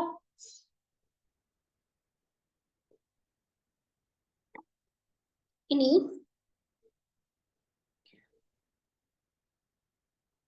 ജില്ലാതല സമിതിയുടെ രൂപീകരണം അടുത്ത ഭാഗം കേട്ടോ. ജില്ലാതല അംഗീകൃത സമിതി രൂപീകരിക്കുന്നത് ആരാണ്? ജില്ലാ കളക്ടറാണ്. ജില്ലാതല അംഗീകൃത സമിതി രൂപീകരിക്കുന്നത് ജില്ലാ കളക്ടർ ആയിരിക്കും. ജില്ലാതല അംഗീകൃത സമിതിയുടെ ഘടനയാണ് കേട്ടോ പറയുന്നത്. ചെയർമാൻ RDO, അതായത് റവന്യൂ ഡിവിഷണൽ ഓഫീസർ ആയിരിക്കും. അംഗങ്ങൾ എന്ന് പറയുമ്പോൾ പ്രിൻസിപ്പൽ കൃഷി ഓഫീസർ അല്ലെങ്കിൽ കളക്ടർ നാമനിർദ്ദേശം ചെയ്യുന്ന 3 നെൽ കർഷകർ ആയിരിക്കും. അംഗങ്ങൾ എന്ന് പറയുമ്പോൾ പ്രിൻസിപ്പൽ കൃഷി ഓഫീസർ, കളക്ടർ നാമനിർദ്ദേശം ചെയ്യുന്ന 3 നെൽ കർഷകർ, അവരിൽ ആരെങ്കിലും ഒക്കെ ആയിരിക്കും. കൺവീനർ എന്ന് പറയുമ്പോൾ പ്രിൻസിപ്പൽ കൃഷി ഓഫീസർ. കൺവീനർ ആരായിരിക്കും? പ്രിൻസിപ്പൽ കൃഷി ഓഫീസർ ആയിരിക്കും. നാമനിർദ്ദേശം ചെയ്യപ്പെട്ട അംഗങ്ങളുടെ കാലാവധി 3 വർഷമായിരിക്കും. നാമനിർദ്ദേശം ചെയ്യപ്പെട്ട അംഗങ്ങളുടെ കാലാവധി ഏതിൽ നാമനിർദ്ദേശം ചെയ്യപ്പെട്ട ജില്ലാതല സമിതിയുടെ സമിതിയിൽ നാമനിർദ്ദേശം ചെയ്യപ്പെട്ട അംഗങ്ങളുടെ കാലാവധി 3 വർഷമായിരിക്കും എന്നാണ് പറയുന്നത് കേട്ടോ. ജില്ലാ സമിതിയിൽ ലഭ്യമാകുന്ന അപേക്ഷകളിന്മേൽ 1 മാസത്തിനകം തീരുമാനം എടുത്തിരിക്കണം. അതായത് ജില്ലാ സമിതിയിൽ ലഭിക്കുന്ന അപേക്ഷകളിന് മേൽ 1 മാസത്തിനുള്ളിൽ അതിന് തീരുമാനം ഉണ്ടാക്കി കൊടുത്തിരിക്കണം എന്നാണ് പറയുന്നത്. ഇനി ജില്ലാകൃത അംഗീകൃത സമിതിയുടെ തീരുമാനത്തിനെതിരെ ഏതൊരാൾക്കും തീരുമാനം കൈപ്പറ്റി 30 ദിവസത്തിനകം കളക്ടർക്ക് അപ്പീൽ നൽകാവുന്നതാണ്. അതായത് നമ്മൾ അപേക്ഷ കൊടുത്തിട്ട് ആ അപേക്ഷയ്ക്ക് ഇവര് മറുപടി തന്നാല്, ജില്ലാതല അംഗീകൃത സമിതി മറുപടി തന്നു കഴിഞ്ഞാൽ ആ മറുപടിയിൽ പരാതി കൊടുത്ത ആള് അല്ലെങ്കിൽ അപേക്ഷ കൊടുത്ത ആള് തൃപ്തനല്ലെങ്കിൽ അങ്ങേർക്ക് എന്ത് ചെയ്യാം? അതായത് ഇവര് ജില്ലാതല അംഗീകൃത സമിതിയുടെ തീരുമാനത്തിനെതിരെ ഏതൊരാൾക്കും തീരുമാനം കൈപ്പറ്റി, അതായത് ഈ ജില്ലാതല അംഗീകൃത സമിതി ഒരു തീരുമാനം കൊടുത്തിട്ടുണ്ടാവും ഈ അപേക്ഷകന്. ആ തീരുമാനം ഈ അപേക്ഷകന് കൈപ്പറ്റാം. അവരെന്താണോ തീരുമാനിച്ചത് ആ ഒരു കാര്യം കൈപ്പറ്റിയിട്ട് 30 ദിവസത്തിനകം കളക്ടർക്ക് അപ്പീൽ നൽകാവുന്നതാണ് എന്നാണ് പറയുന്നത്. 30 ദിവസത്തിനുള്ളിൽ കളക്ടറുടെ അടുത്ത് കൊടുക്കാം. കളക്ടറുടെ അടുത്ത് കൊടുത്താൽ മാത്രം പോരാ, ഇനി കളക്ടർക്ക് പണിയുണ്ട്. അതായത് അപ്പീല് ലഭിച്ചു 1 മാസത്തിനകം കളക്ടറിൽ അതിന്റെ തീരുമാനം കൈക്കൊള്ളേണ്ടതാണ്. എന്തായാലും ചെയ്തിരിക്കണം. അതായത് ഈ ഒരു അപ്പീല്, അതായത് ഈ അപേക്ഷകൻ കൊടുത്തിരിക്കുന്ന ഈ ഒരു അപ്പീലിന് 1 മാസത്തിനകം കളക്ടർ അതിന്മേൽ തീരുമാനം കൈക്കൊള്ളേണ്ടതാണ്.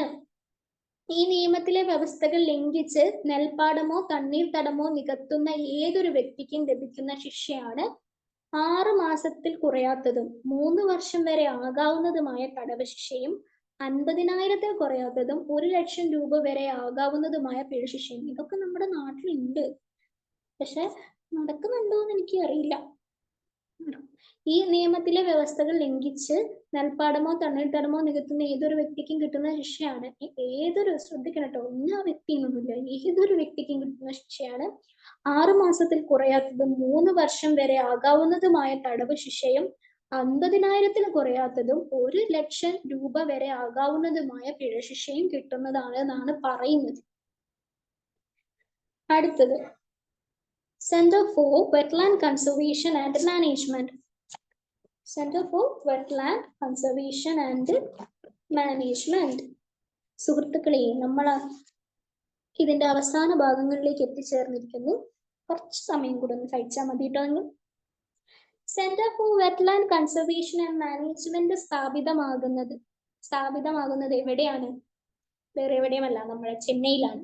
Centre for wetland conservation and management സ്ഥാപിതമാകുന്നത് ചെന്നൈയിലാണ്. Centre for wetland conservation and മാനേജ്മെന്റിന്റെ പ്രഖ്യാപനം നടത്തിയത് ആരാണ്? ബാബുൾ സുപ്രിയോ 2012 ഫെബ്രുവരി 2-ന്. ആ ഒരു ഡേറ്റ് ശ്രദ്ധിച്ചോ? സിമ്പിൾ ആണ് പഠിക്കാന്. എന്താണ്, എല്ലാം ഒരു 2-ന്റെ വിളയാട്ടമാണെന്ന് എനിക്ക് പറയാം. അതായത് centre for wetland conservation and മാനേജ്മെന്റിന്റെ പ്രഖ്യാപനം നടത്തിയത് ബാബുൾ സുപ്രിയോ ആണ് 2012 ഫെബ്രുവരി 2-ന്. 2012 അതില് എന്താണ് ഒരു 2-ന്റെ ഒരു സീക്വൻസ് കാണും. ഫെബ്രുവരി എന്താ? ജനുവരി, ഫെബ്രുവരി 2-ാമത്തെ മാസം. ഫെബ്രുവരി 2-ാമത്തെ മാസത്തിലെ 2-ാമത്തെ ദിവസം. അതിപ്പോ 2012 ഫെബ്രുവരി 2-ാം തീയതി centre for wetland conservation and management പ്രഖ്യാപനം നടത്തിയത് ബാബുൾ സുപ്രിയോ ആണ് 2012 ഫെബ്രുവരി 2-ാം തീയതി. ഇനി കേരള സംസ്ഥാന തണ്ണീർത്തട അതോറിറ്റി നമുക്ക് വേണ്ടില്ലേ? കേരള സംസ്ഥാന തണ്ണീർത്തട authority.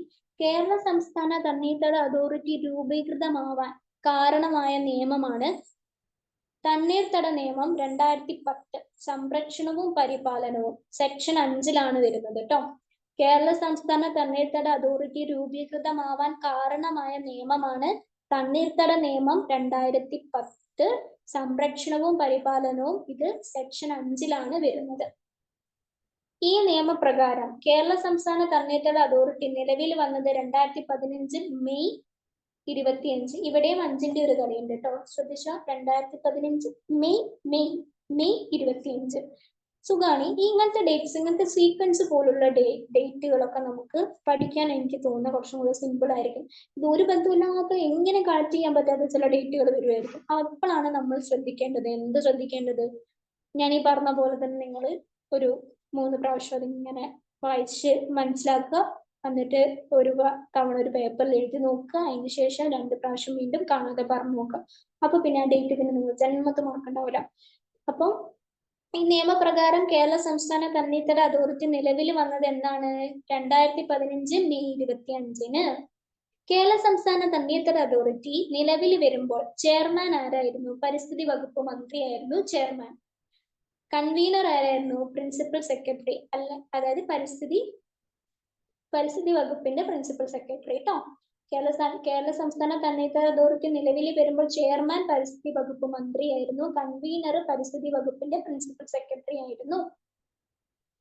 Next one, Thiruvithamkoor Kochi charitable society registration നിയമപ്രകാരം 2016 ഫെബ്രുവരി 17-ന് കേരള സംസ്ഥാന തണ്ണീർത്തട അതോറിറ്റി ഒരു സ്വയംഭരണ അതോറിറ്റിയായി രജിസ്റ്റർ ചെയ്യപ്പെട്ടു. എങ്ങനെ? Thiruvithamkoor Kochi charitable society registration നിയമപ്രകാരം 2016 ഫെബ്രുവരി 17-ന് കേരള സംസ്ഥാന തണ്ണീർത്തട അതോറിറ്റി ഒരു സ്വയംഭരണ അതോറിറ്റിയായി രജിസ്റ്റർ ചെയ്യപ്പെട്ടു എന്നാണ് പറയുന്നത്. ശ്രദ്ധിക്കുക കേട്ടോ. കേരള സംസ്ഥാന തണ്ണീർത്തട അതോറിറ്റി എന്നാണ് സ്വയംഭരണ അതോറിറ്റിയായി രജിസ്റ്റർ ചെയ്തത്? 2016 ഫെബ്രുവരി 17-ന്. 2016 ഫെബ്രുവരി 17-ന്. കേന്ദ്ര പരിസ്ഥിതി മന്ത്രാലയത്തിന്റെ വിജ്ഞാപന പ്രകാരം 2010-ലെ തണ്ണീർത്തട നിയമം പരിഷ്കരിച്ചുകൊണ്ട് പുതിയ നിയമം നിലവിൽ വന്നത് എന്നാണ്? തൊട്ടടുത്ത വർഷം തന്നെ, 2017-ലോ. ഒരു വെയിറ്റിംഗും നടത്തിയിട്ടില്ല.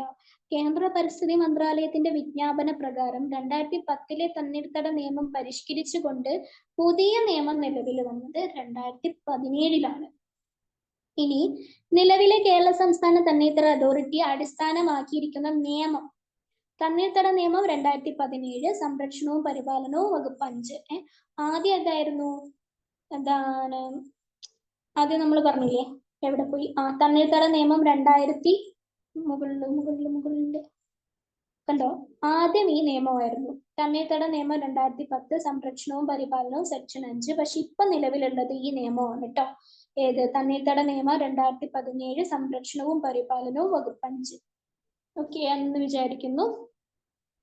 ഇനി അടുത്തത്, നിലവിലെ കേരള സംസ്ഥാന തണ്ണീർത്തട അതോറിറ്റി കേരള സർക്കാർ രൂപീകരിച്ചത് 2017 ഡിസംബർ 28-നാണ് കേട്ടോ. നിലവിലെ കേരള സംസ്ഥാന തണ്ണീർത്തട അതോറിറ്റി കേരള സർക്കാർ രൂപീകരിച്ചത് എന്നാണ്? 2017 ഡിസംബർ 28 രൂപീകരിക്കുകയുണ്ടായത്. നിലവിലെ കേരള സംസ്ഥാന തണ്ണീർത്തട അതോറിറ്റിയുടെ ഘടന, നമുക്ക് ഘടന നോക്കാം. എന്താണ്? ചെയർമാൻ പരിസ്ഥിതി അല്ലെങ്കിൽ വനം വകുപ്പ് മന്ത്രി, വൈസ് ചെയർമാൻ ചീഫ് സെക്രട്ടറി അല്ലെങ്കിൽ കേരള സർക്കാർ, മെമ്പർ സെക്രട്ടറി ആരാണ്? Director of environment and climate change. നിലവിലെ ചെയർമാൻ ആരാണ്? നമ്മുടെ ബഹുമാനപ്പെട്ട മുഖ്യമന്ത്രി പിണറായി വിജയൻ. അപ്പൊ നിലവിലെ കേരള സംസ്ഥാന തണ്ണീർത്തട അതോറിറ്റിയുടെ ഘടന ഏതാണ്? ചെയർമാൻ ആണെങ്കിൽ പരിസ്ഥിതി അല്ലെങ്കിൽ വനം വകുപ്പ് മന്ത്രി ആയിരിക്കും. വൈസ് ചെയർമാൻ ചീഫ് സെക്രട്ടറി അല്ലെങ്കിൽ കേരള സർക്കാർ ആയിരിക്കും. Member secretary director of environment and climate change ആയിരിക്കും. നിലവിലെ ചെയർമാൻ ആരാണ്? പിണറായി വിജയൻ. ഇനി നമ്മൾ റംസാർ ഉടമ്പടിയിലേക്ക് കിടക്കുന്നു. കുറെ ആയില്ലേ ഈ റംസാർ ഉടമ്പടി എന്നൊക്കെ നിങ്ങൾ കേട്ടിട്ടുണ്ടാവും പലയിടങ്ങളിലും. എന്താണ് മക്കളെ റംസാർ ഉടമ്പടി? 1971 ഇറാനിലെ കാസ്പിയർ കടൽ തീരത്തുള്ള റംസാറിൽ വെച്ച് നടന്ന തണ്ണീർത്തടങ്ങളെ കുറിച്ചുള്ള ലോക ഉച്ചകോടിയെ തുടർന്നാണ് റംസാർ ഉടമ്പടി ഉണ്ടായത്. എന്റെ വിചാരം സത്യം പറഞ്ഞാൽ എന്തായിരുന്നു എന്ന് അറിയോ? ഒരാളുടെ പേര് വെച്ചെങ്ങാനും തുടങ്ങിയ ഉടമ്പടി ആയിരിക്കും, അയാൾക്ക് എന്തെങ്കിലും ഇതിൽ പങ്കുണ്ടാവും എന്നൊക്കെയാണ് ഞാൻ കരുതിയത്. പക്ഷെ ഒരു സ്ഥലത്തിന്റെ പേരായിരുന്നു എന്നുള്ളത് ഇത് പഠിക്കുമ്പോഴാണ് എനിക്ക് മനസ്സിലായത്. 1971 ഇറാനിലെ കാസ്പിയർ കടൽ തീരത്ത്, നല്ല പേരില്ലേ കാസ്പിയർ. 1971 ഇറാനിലെ കാസ്പിയർ കടൽ തീരത്തുള്ള റംസാറിൽ വെച്ച് നടന്ന തണ്ണീർത്തടങ്ങളെ കുറിച്ചുള്ള ലോക ഉച്ചകോടിയെ തുടർന്നാണ് റംസാർ ഉടമ്പടി ഉണ്ടാക്കിയത് എന്നാണ് പറയുന്നത്. റംസാർ ഉടമ്പടി ഒപ്പുവെച്ച വർഷമാണ് 1971 ഫെബ്രുവരി 2. എന്നാണ് റംസാർ ഉടമ്പടി ഒപ്പുവെച്ചത്? 1971 ഫെബ്രുവരി 2. ഒപ്പുവെച്ച രാജ്യങ്ങളുടെ എണ്ണമാണ് 172. 2022 ഓഗസ്റ്റ് വരെയുള്ള കണക്ക് പ്രകാരമാണ് ഈ 172 രാജ്യങ്ങൾ ഒപ്പുവെച്ചു എന്ന് പറയപ്പെടുന്നത് കേട്ടോ. ഒപ്പുവെച്ച രാജ്യങ്ങളുടെ എണ്ണമാണ് 2022 ഓഗസ്റ്റ് വരെ 172 രാജ്യങ്ങളാണ് ഒപ്പുവെച്ചിട്ടുണ്ടായിരുന്നത്. റംസാർ ഉടമ്പടി നിലവിൽ വന്നത് 1975 ഡിസംബർ 21-നാണ്. എന്നാണ് റംസാർ ഉടമ്പടി നിലവിൽ വരികയുണ്ടായത്? ഒരു ഉച്ചകോടി കൂടിയത് എന്നാണ്? 1971 ഉടമ്പടിയിൽ ഒപ്പുവെച്ചത് 1971 ഒരു കൂടിയത്. അതെ, ഒപ്പുവെച്ചത് എന്നാണ് 1971 ഫെബ്രുവരി 2. ഇനി പറഞ്ഞ ഈ റംസാർ ഉടമ്പടി നിലവിൽ വന്നത് 1975 ഡിസംബർ 21-നാണ്. 1975 ഡിസംബർ 21. ഇന്ത്യ റംസാർ കൺവെൻഷന്റെ ഭാഗമായത്, ഇനി നമ്മൾ ഇന്ത്യക്കാർ അതിന്റെ ഭാഗമായത് എന്നാണ്? 1982 ഫെബ്രുവരി 1 ഇന്ത്യ ഇതിന്റെ ഭാഗമാകുന്നത് കേട്ടോ. ഇന്ത്യ റംസാർ കൺവെൻഷന്റെ ഭാഗമായത് 1982 ഫെബ്രുവരി 1 ലോക തണ്ണീർത്തട ദിനമായി ഫെബ്രുവരി 2 ആചരിച്ചു തുടങ്ങിയ വർഷമാണ് 1997 മുതൽ കേട്ടോ. ലോക തണ്ണീർത്തട ദിനമായി ഫെബ്രുവരി 2 ആചരിച്ചു തുടങ്ങിയ വർഷമാണ് 1997. 1997. ഇനി റംസാർ കൺവെൻഷന്റെ 50-ാം വാർഷികം ആചരിച്ചത് 2021 കേട്ടോ. റംസാർ കൺവെൻഷന്റെ 50-ാം വാർഷികം, അതായത് 50-ാം പിറന്നാൾ ആഘോഷിച്ചത് എന്നാണ്? അത് റംസാർ കൺവെൻഷന്റെ 50-ാം പിറന്നാൾ നടന്നത്, അതായത് ഞാനൊരു ഹാസ്യ രൂപേണ പറഞ്ഞതാണ് കേട്ടോ. അതായത് വാർഷികം ആചരിച്ചത് 2021 കേട്ടോ. റംസാർ കൺവെൻഷൻ 50 വയസ്സായി 2021. ഇനി റംസാർ ഉടമ്പടി പ്രകാരം തണ്ണീർത്തടങ്ങൾ 3 തരത്തിലാണുള്ളത്. ഏത് 3 തരം? സമുദ്ര തീര പ്രദേശത്തുള്ളവ, ഉൾനാടൻ തണ്ണീർത്തടങ്ങൾ, മനുഷ്യനിർമ്മിത തണ്ണീർത്തടങ്ങൾ. റംസാർ ഉടമ്പടി പ്രകാരം തണ്ണീർത്തടങ്ങൾ 3 തരമാണ്. ഏതൊക്കെ 3 തരം? സമുദ്ര തീര പ്രദേശത്തുള്ളവ, ഉൾനാടൻ തണ്ണീർത്തടങ്ങൾ, മനുഷ്യനിർമ്മിത തണ്ണീർത്തടങ്ങൾ.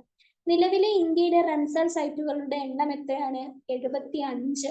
നിലവിലെ റംസാർ സൈറ്റുകൾ എന്താണ്? 75 റംസാർ സൈറ്റുകളാണ് എവിടെ ഉള്ളത്? നമ്മുടെ ഇന്ത്യയിലുള്ളത് കേട്ടോ.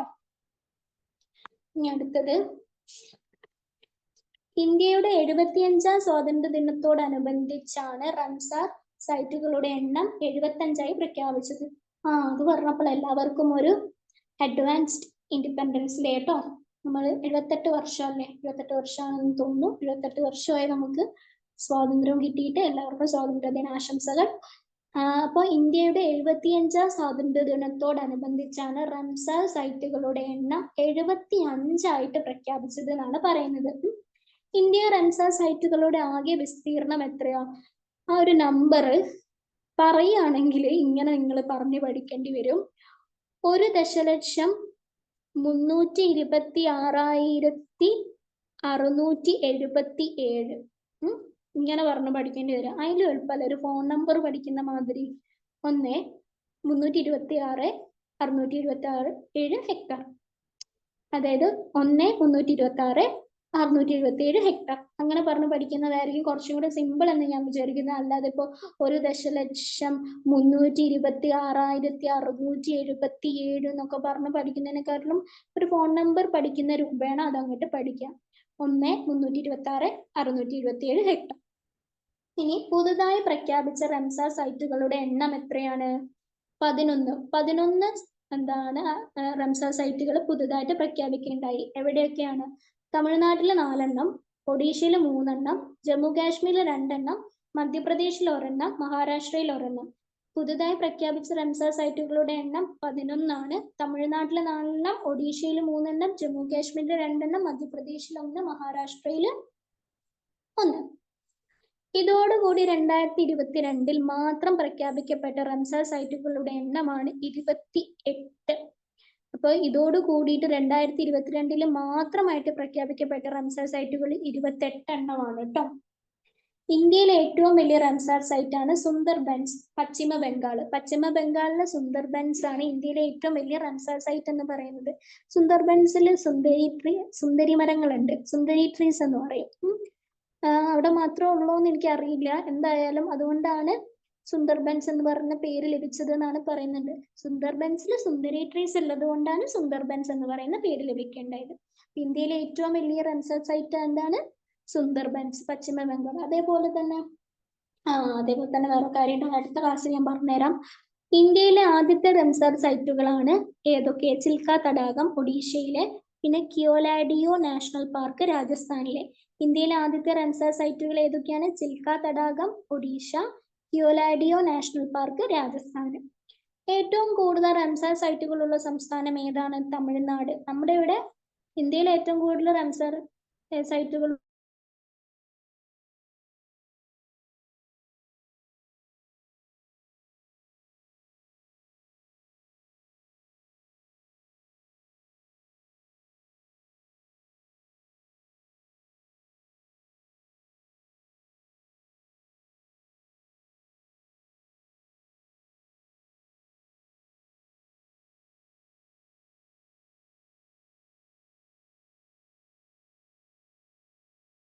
എന്ത്?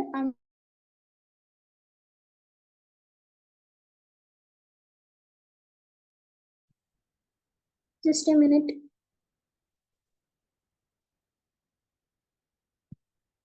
Sorry guys.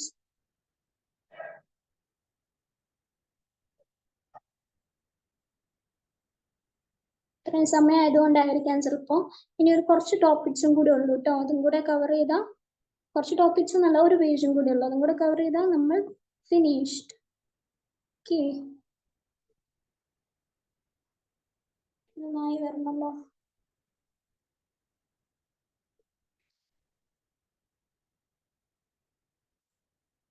ഞാന് ബോറടിപ്പിച്ചിട്ടുണ്ടാവും എന്ന് എനിക്ക് തോന്നുന്നു. പക്ഷെ എന്ത് ചെയ്യാനാടാ, 5 മാർക്ക് എന്ന് പറയുന്നത് നമുക്ക് കിട്ടിയല്ലേ പറ്റുള്ളൂ. അതായത് നിങ്ങളൊന്ന് ആലോചിച്ച് നോക്കിക്കേ, നമ്മളിപ്പോ സ്കൂളിലും കോളേജിലൊക്കെ പഠിച്ചിരുന്ന സമയത്തെ 2 മാർക്കിനൊക്കെ ഒരു ക്വസ്റ്റ്യൻ വന്നു. നമ്മൾ എന്തെങ്കിലുമൊക്കെ ഒരു കറക്കി കുത്തി എഴുതിയാലും നമ്മുടെ ടീച്ചേഴ്സ് 1.5 മാർക്കോ 1 മാർക്കോ അങ്ങനെ നമുക്ക് തരും. നമുക്ക് വലിയ പിടിയില്ലാത്ത ആൻസർ ആണെങ്കിൽ. PSCയിൽ അങ്ങനെ ഒരു ഓപ്ഷൻ നമുക്ക് ഉണ്ടോ? ഇല്ല. 1 മാർക്ക് പോയാൽ പോയതാണ്. അത് തിരിച്ചു കിട്ടാൻ നമുക്ക് ഒരു വഴിയും ഇല്ല എന്നുള്ളത് നിങ്ങൾ മനസ്സിലാക്കുക കേട്ടോ. അപ്പോ അന്താരാഷ്ട്ര സഹകരണത്തോടെ സംരക്ഷിക്കപ്പെടുന്ന തണ്ണീർത്തടങ്ങളാണ് റംസാർ സൈറ്റുകൾ എന്നറിയപ്പെടുന്നത് കേട്ടോ. 2400-ലധികം റംസാർ സൈറ്റുകൾ നിലവിലുണ്ട്. എത്രയാണ്? 2400-ലധികം റംസാർ സൈറ്റുകളാണ് നിലവിലുള്ളത്. റംസാർ പട്ടികയിൽ ഉൾപ്പെടുത്തിയ ആദ്യ സ്ഥലമാണ് കോബർഗ് പെൻസുല, അതായത് ഓസ്ട്രേലിയയിൽ 1974 റംസാർ പട്ടികയിൽ ഉൾപ്പെടുത്തിയ ആദ്യ സ്ഥലമാണ് കോബർഗ് പെൻസുല, ഓസ്ട്രേലിയയില് 1974. റംസാർ പട്ടികയിൽ ഉൾപ്പെടുത്തിയ ഏറ്റവും വലിയ തണ്ണീർത്തടം ഏതാണ്? റിയോ നീഗ്രോ, ബ്രസീലില്. അതായത് എത്രയാണത്? 1,20,000 ചതുരശ്ര കിലോമീറ്റർ. അതായത് റംസാർ പട്ടികയിൽ ഉൾപ്പെടുത്തിയ ഏറ്റവും വലിയ തണ്ണീർത്തടമാണ് റിയോ നീഗ്രോ, ബ്രസീലിലാണ് ഈ ഒരു തണ്ണീർത്തടം ഉള്ളത്. അതിന്റെ വിസ്തീർണമാണ് പറഞ്ഞിട്ടുള്ളത് 1,20,000 ചതുരശ്ര കിലോമീറ്റർ കേട്ടോ. ഇനി ഏറ്റവും കൂടുതൽ റംസാർ സൈറ്റുകളുള്ള രാജ്യം ഏതാണ്? UK, United kingdom. 175 റംസാർ സൈറ്റുകളാണ് ഉള്ളത്. ഏറ്റവും കൂടുതൽ റംസാർ സൈറ്റുകളുള്ള രാജ്യം ഏതാണ്? UK, 175 എണ്ണമാണ് ഉള്ളത്. രണ്ടാമത് മെക്സിക്കോ ആണ്, 142 എണ്ണമാണ് ഉള്ളത്. രണ്ടാമത് ഏതാണ്? മെക്സിക്കോ, 142 എണ്ണമാണ് മെക്സിക്കോയിൽ ഉള്ളത്. റംസാർ സൈറ്റുകളുടെ വിസ്തൃതി ഏറ്റവും കൂടിയ രാജ്യം ഏതാണ്? ബൊളീവിയ. ബൊളീവിയാണ് റംസാർ സൈറ്റുകളുടെ വിസ്തൃതി ഏറ്റവും കൂടിയ രാജ്യം എന്ന് പറയുന്നത്. ഇനി അടുത്തത്, ഇന്ത്യയിലെ റംസാർ സൈറ്റുകൾ ഞാനിങ്ങനെ ക്രമമായിട്ട് എഴുതി വെച്ചിട്ടുണ്ട്, എവിടെയൊക്കെ ഏതൊക്കെ ഉണ്ട് എന്നുള്ളത്. അത് നിങ്ങൾക്ക് PDF ഷെയർ ചെയ്യുമ്പോൾ നിങ്ങൾ വായിക്കണം കേട്ടോ. ഓരോ റംസാർ സൈറ്റുകൾ എവിടെയാണുള്ളത്? ഗുജറാത്ത്, ഉത്തർപ്രദേശ്, ഹരിയാന, കേരളം, മധ്യപ്രദേശ്, പിന്നെ എവിടെയാ? പഞ്ചാബ്, ഒഡീഷ, ഹിമാചൽ പ്രദേശ്, പശ്ചിമ ബംഗാൾ, ജമ്മു കാശ്മീർ, രാജസ്ഥാൻ, ആസാം, മഹാരാഷ്ട്ര, ആന്ധ്രാപ്രദേശ്, മണിപ്പൂർ, തമിഴ്നാട്, ത്രിപുര, ലഡാക്ക്, ഉത്തരാഖണ്ഡ്, ബീഹാർ, ഇവിടെയുള്ള റംസാർ സൈറ്റുകൾ എന്നെ കൊണ്ട് കഴിയുന്ന വിധമൊക്കെ ഞാൻ ഇത് വെച്ചിട്ടുണ്ട്. ഓരോന്നും ഇങ്ങനെ വായിച്ചു പോകുന്നത് പ്രാക്ടിക്കൽ അല്ല, നിങ്ങൾക്ക് PDF ഷെയർ ചെയ്യുമ്പോൾ നിങ്ങളായിട്ട് തന്നെ വായിക്കണം എന്ന് പറയുന്നു. ഇനി അടുത്തതൊരു ചെറിയൊരു ഭാഗം കൂടിയാണ്. ഇതാണ് ലാസ്റ്റ് PDF കേട്ടോ. കേരളത്തിലെ റംസാർ സൈറ്റുകൾ. കേരളത്തിലെ റംസാർ സൈറ്റുകളുടെ എണ്ണം 3 എണ്ണമാണ്. അതായത് നമ്മുടെ ഇവിടെ 3 റംസാർ സൈറ്റുകളാണ് ഉള്ളത്. ഒന്ന് വേമ്പനാട് കായൽ, അഷ്ടമുടി കായൽ, ശാസ്താംകോട്ട കായൽ. ഏതൊക്കെയാണ്? നമുക്ക് 3 കായലുകളാണ് ഇവിടെ റംസാർ സൈറ്റുകളായിട്ടുള്ളത്. വേമ്പനാട് കായൽ, അഷ്ടമുടി കായൽ, ശാസ്താംകോട്ട കായൽ. ഇവയെ റംസാർ പട്ടികയിൽ ഉൾപ്പെടുത്തിയത് 2002 ഓഗസ്റ്റ് 19 മുതലാണ്. ഇവയെ, അതായത് ഈ പറയുന്ന വേമ്പനാട്ട് കായലിനെയും അഷ്ടമുടി കായലിനെയും ശാസ്താംകോട്ട കായലിനെയും ഒക്കെ 2002 ഓഗസ്റ്റ് 19 മുതലാണ് റംസാർ പട്ടികയിൽ ഉൾപ്പെടുത്തിയിട്ടുള്ളത്. കേരളത്തിലെ ഏറ്റവും വലിയ റംസാർ സൈറ്റാണ് വേമ്പനാട്ട് കായൽ. അല്ല, നമ്മൾ കായലെന്ന് കേൾക്കുമ്പോൾ തന്നെ നമ്മുടെ മനസ്സിലേക്ക് വരുന്നത് വേമ്പനാട് കായലാണ്. അത് വേമ്പനാട്ടി അങ്ങനെ എന്തൊക്കെ പാട്ടുണ്ടല്ലോ അല്ലെ. കേരളത്തിലെ ഏറ്റവും വലിയ റംസാർ സൈറ്റ് ഏതാണ്? വേമ്പനാട്ട് കായലാണ്. കേരളത്തിലെ ഏറ്റവും ചെറിയ റംസാർ സൈറ്റ് ശാസ്താംകോട്ട കായലാണ് കേട്ടോ. ശാസ്താംകോട്ട കായലാണ് ഏറ്റവും ചെറിയ റംസാർ സൈറ്റ് എന്ന് പറയുന്നത്. തണ്ണീർത്തടങ്ങളുടെ കവാടം എന്നറിയപ്പെടുന്ന കേരളത്തിലെ കായൽ ഏതാണ്? നമ്മുടെ അഷ്ടമുടി കായലാണ്. തണ്ണീർത്തടങ്ങളുടെ കവാടം, ഇങ്ങനത്തെ സാധനങ്ങളൊക്കെ എന്തായാലും ശ്രദ്ധിച്ചോട്ടോ. ഇപ്പൊ നമ്മൾ പറഞ്ഞല്ലേ, വൃക്ക എന്ന് പറഞ്ഞു കഴിഞ്ഞാല് എന്താണ്? ഇത് തണ്ണീർത്തടങ്ങളാണ്. അതായത് കേരളത്തിന്റെ വൃക്ക അങ്ങനെ എന്ന് പറഞ്ഞ് നമ്മൾ പഠിച്ചല്ലോ, അതെന്താ? തണ്ണീർത്തടങ്ങളാണ്. ഇതേപോലെ തന്നെ തണ്ണീർത്തടങ്ങളുടെ കവാടം എന്നറിയപ്പെടുന്നത് കേരളത്തിലെ കായൽ ഏതാണ്? അഷ്ടമുടി കായലാണ്. തണ്ണീർത്തടങ്ങളുടെ കവാടം എന്നറിയപ്പെടുന്ന കേരളത്തിലെ കായൽ അഷ്ടമുടി കായലാണ്. അടുത്തത് institute four watershed development and management Kerala, IWDMK. Institute four watershed development and management Kerala, IWDMK. IWDMK സ്ഥിതി ചെയ്യുന്നത് എവിടെയാണ്? ചടയമംഗലം, കൊല്ലത്താണ്. IWDMK സ്ഥിതി ചെയ്യുന്നത് കൊല്ലത്തെ ചടയമംഗലത്താണ്. സോയിൽ സർവേ, മണ്ണ് സംരക്ഷണ വകുപ്പിന്റെ സംസ്ഥാനതല പരീക്ഷണ വിപുലീകരണ കേന്ദ്രമാണ് IWDMK എന്ന് പറയുന്നത്. സോയിൽ സർവേ, മണ്ണ് സംരക്ഷണ വകുപ്പിന്റെ, അതായത് മണ്ണ് സംരക്ഷണ വകുപ്പിന്റെ സംസ്ഥാനതല പരിശീലന വിപുലീകരണ കേന്ദ്രമാണ് IWDMK എന്ന് പറയുന്നത്. അതായത് ഓരോ പ്രദേശത്തെ മണ്ണും അതിന്റെ ക്വാളിറ്റിയും കാര്യങ്ങളും ഒക്കെ പരിശോധിക്കുന്നത് ഇവരായിരിക്കും എന്നാണ് പറയുന്നത് കേട്ടോ. അപ്പോ എന്തായി? നമ്മുടെ തണ്ണീർത്തടങ്ങൾ എന്ന് പറയുന്ന പോർഷൻ നമ്മൾ കവർ ചെയ്തിരിക്കുന്നു. 5 മാർക്കിനുള്ളത് നമ്മൾ ഇന്ന് എടുത്തിട്ടുണ്ട്, പഠിച്ചിട്ടുണ്ട്. നിങ്ങൾക്ക് ഏവർക്കും ക്ലാസ് മനസ്സിലായി എന്നാണ് ഞാൻ വിശ്വസിക്കുന്നത്. എന്താണ് ഡൗട്ട്സോ എന്തെങ്കിലും ഉണ്ടെങ്കിൽ നെക്സ്റ്റ് ക്ലാസ്സിൽ നിങ്ങൾ എന്തായാലും ചോദിച്ചിട്ടിരിക്കണം. എന്താണ് ഞാനത് ക്ലിയർ ചെയ്ത് തരുന്നതായിരിക്കും.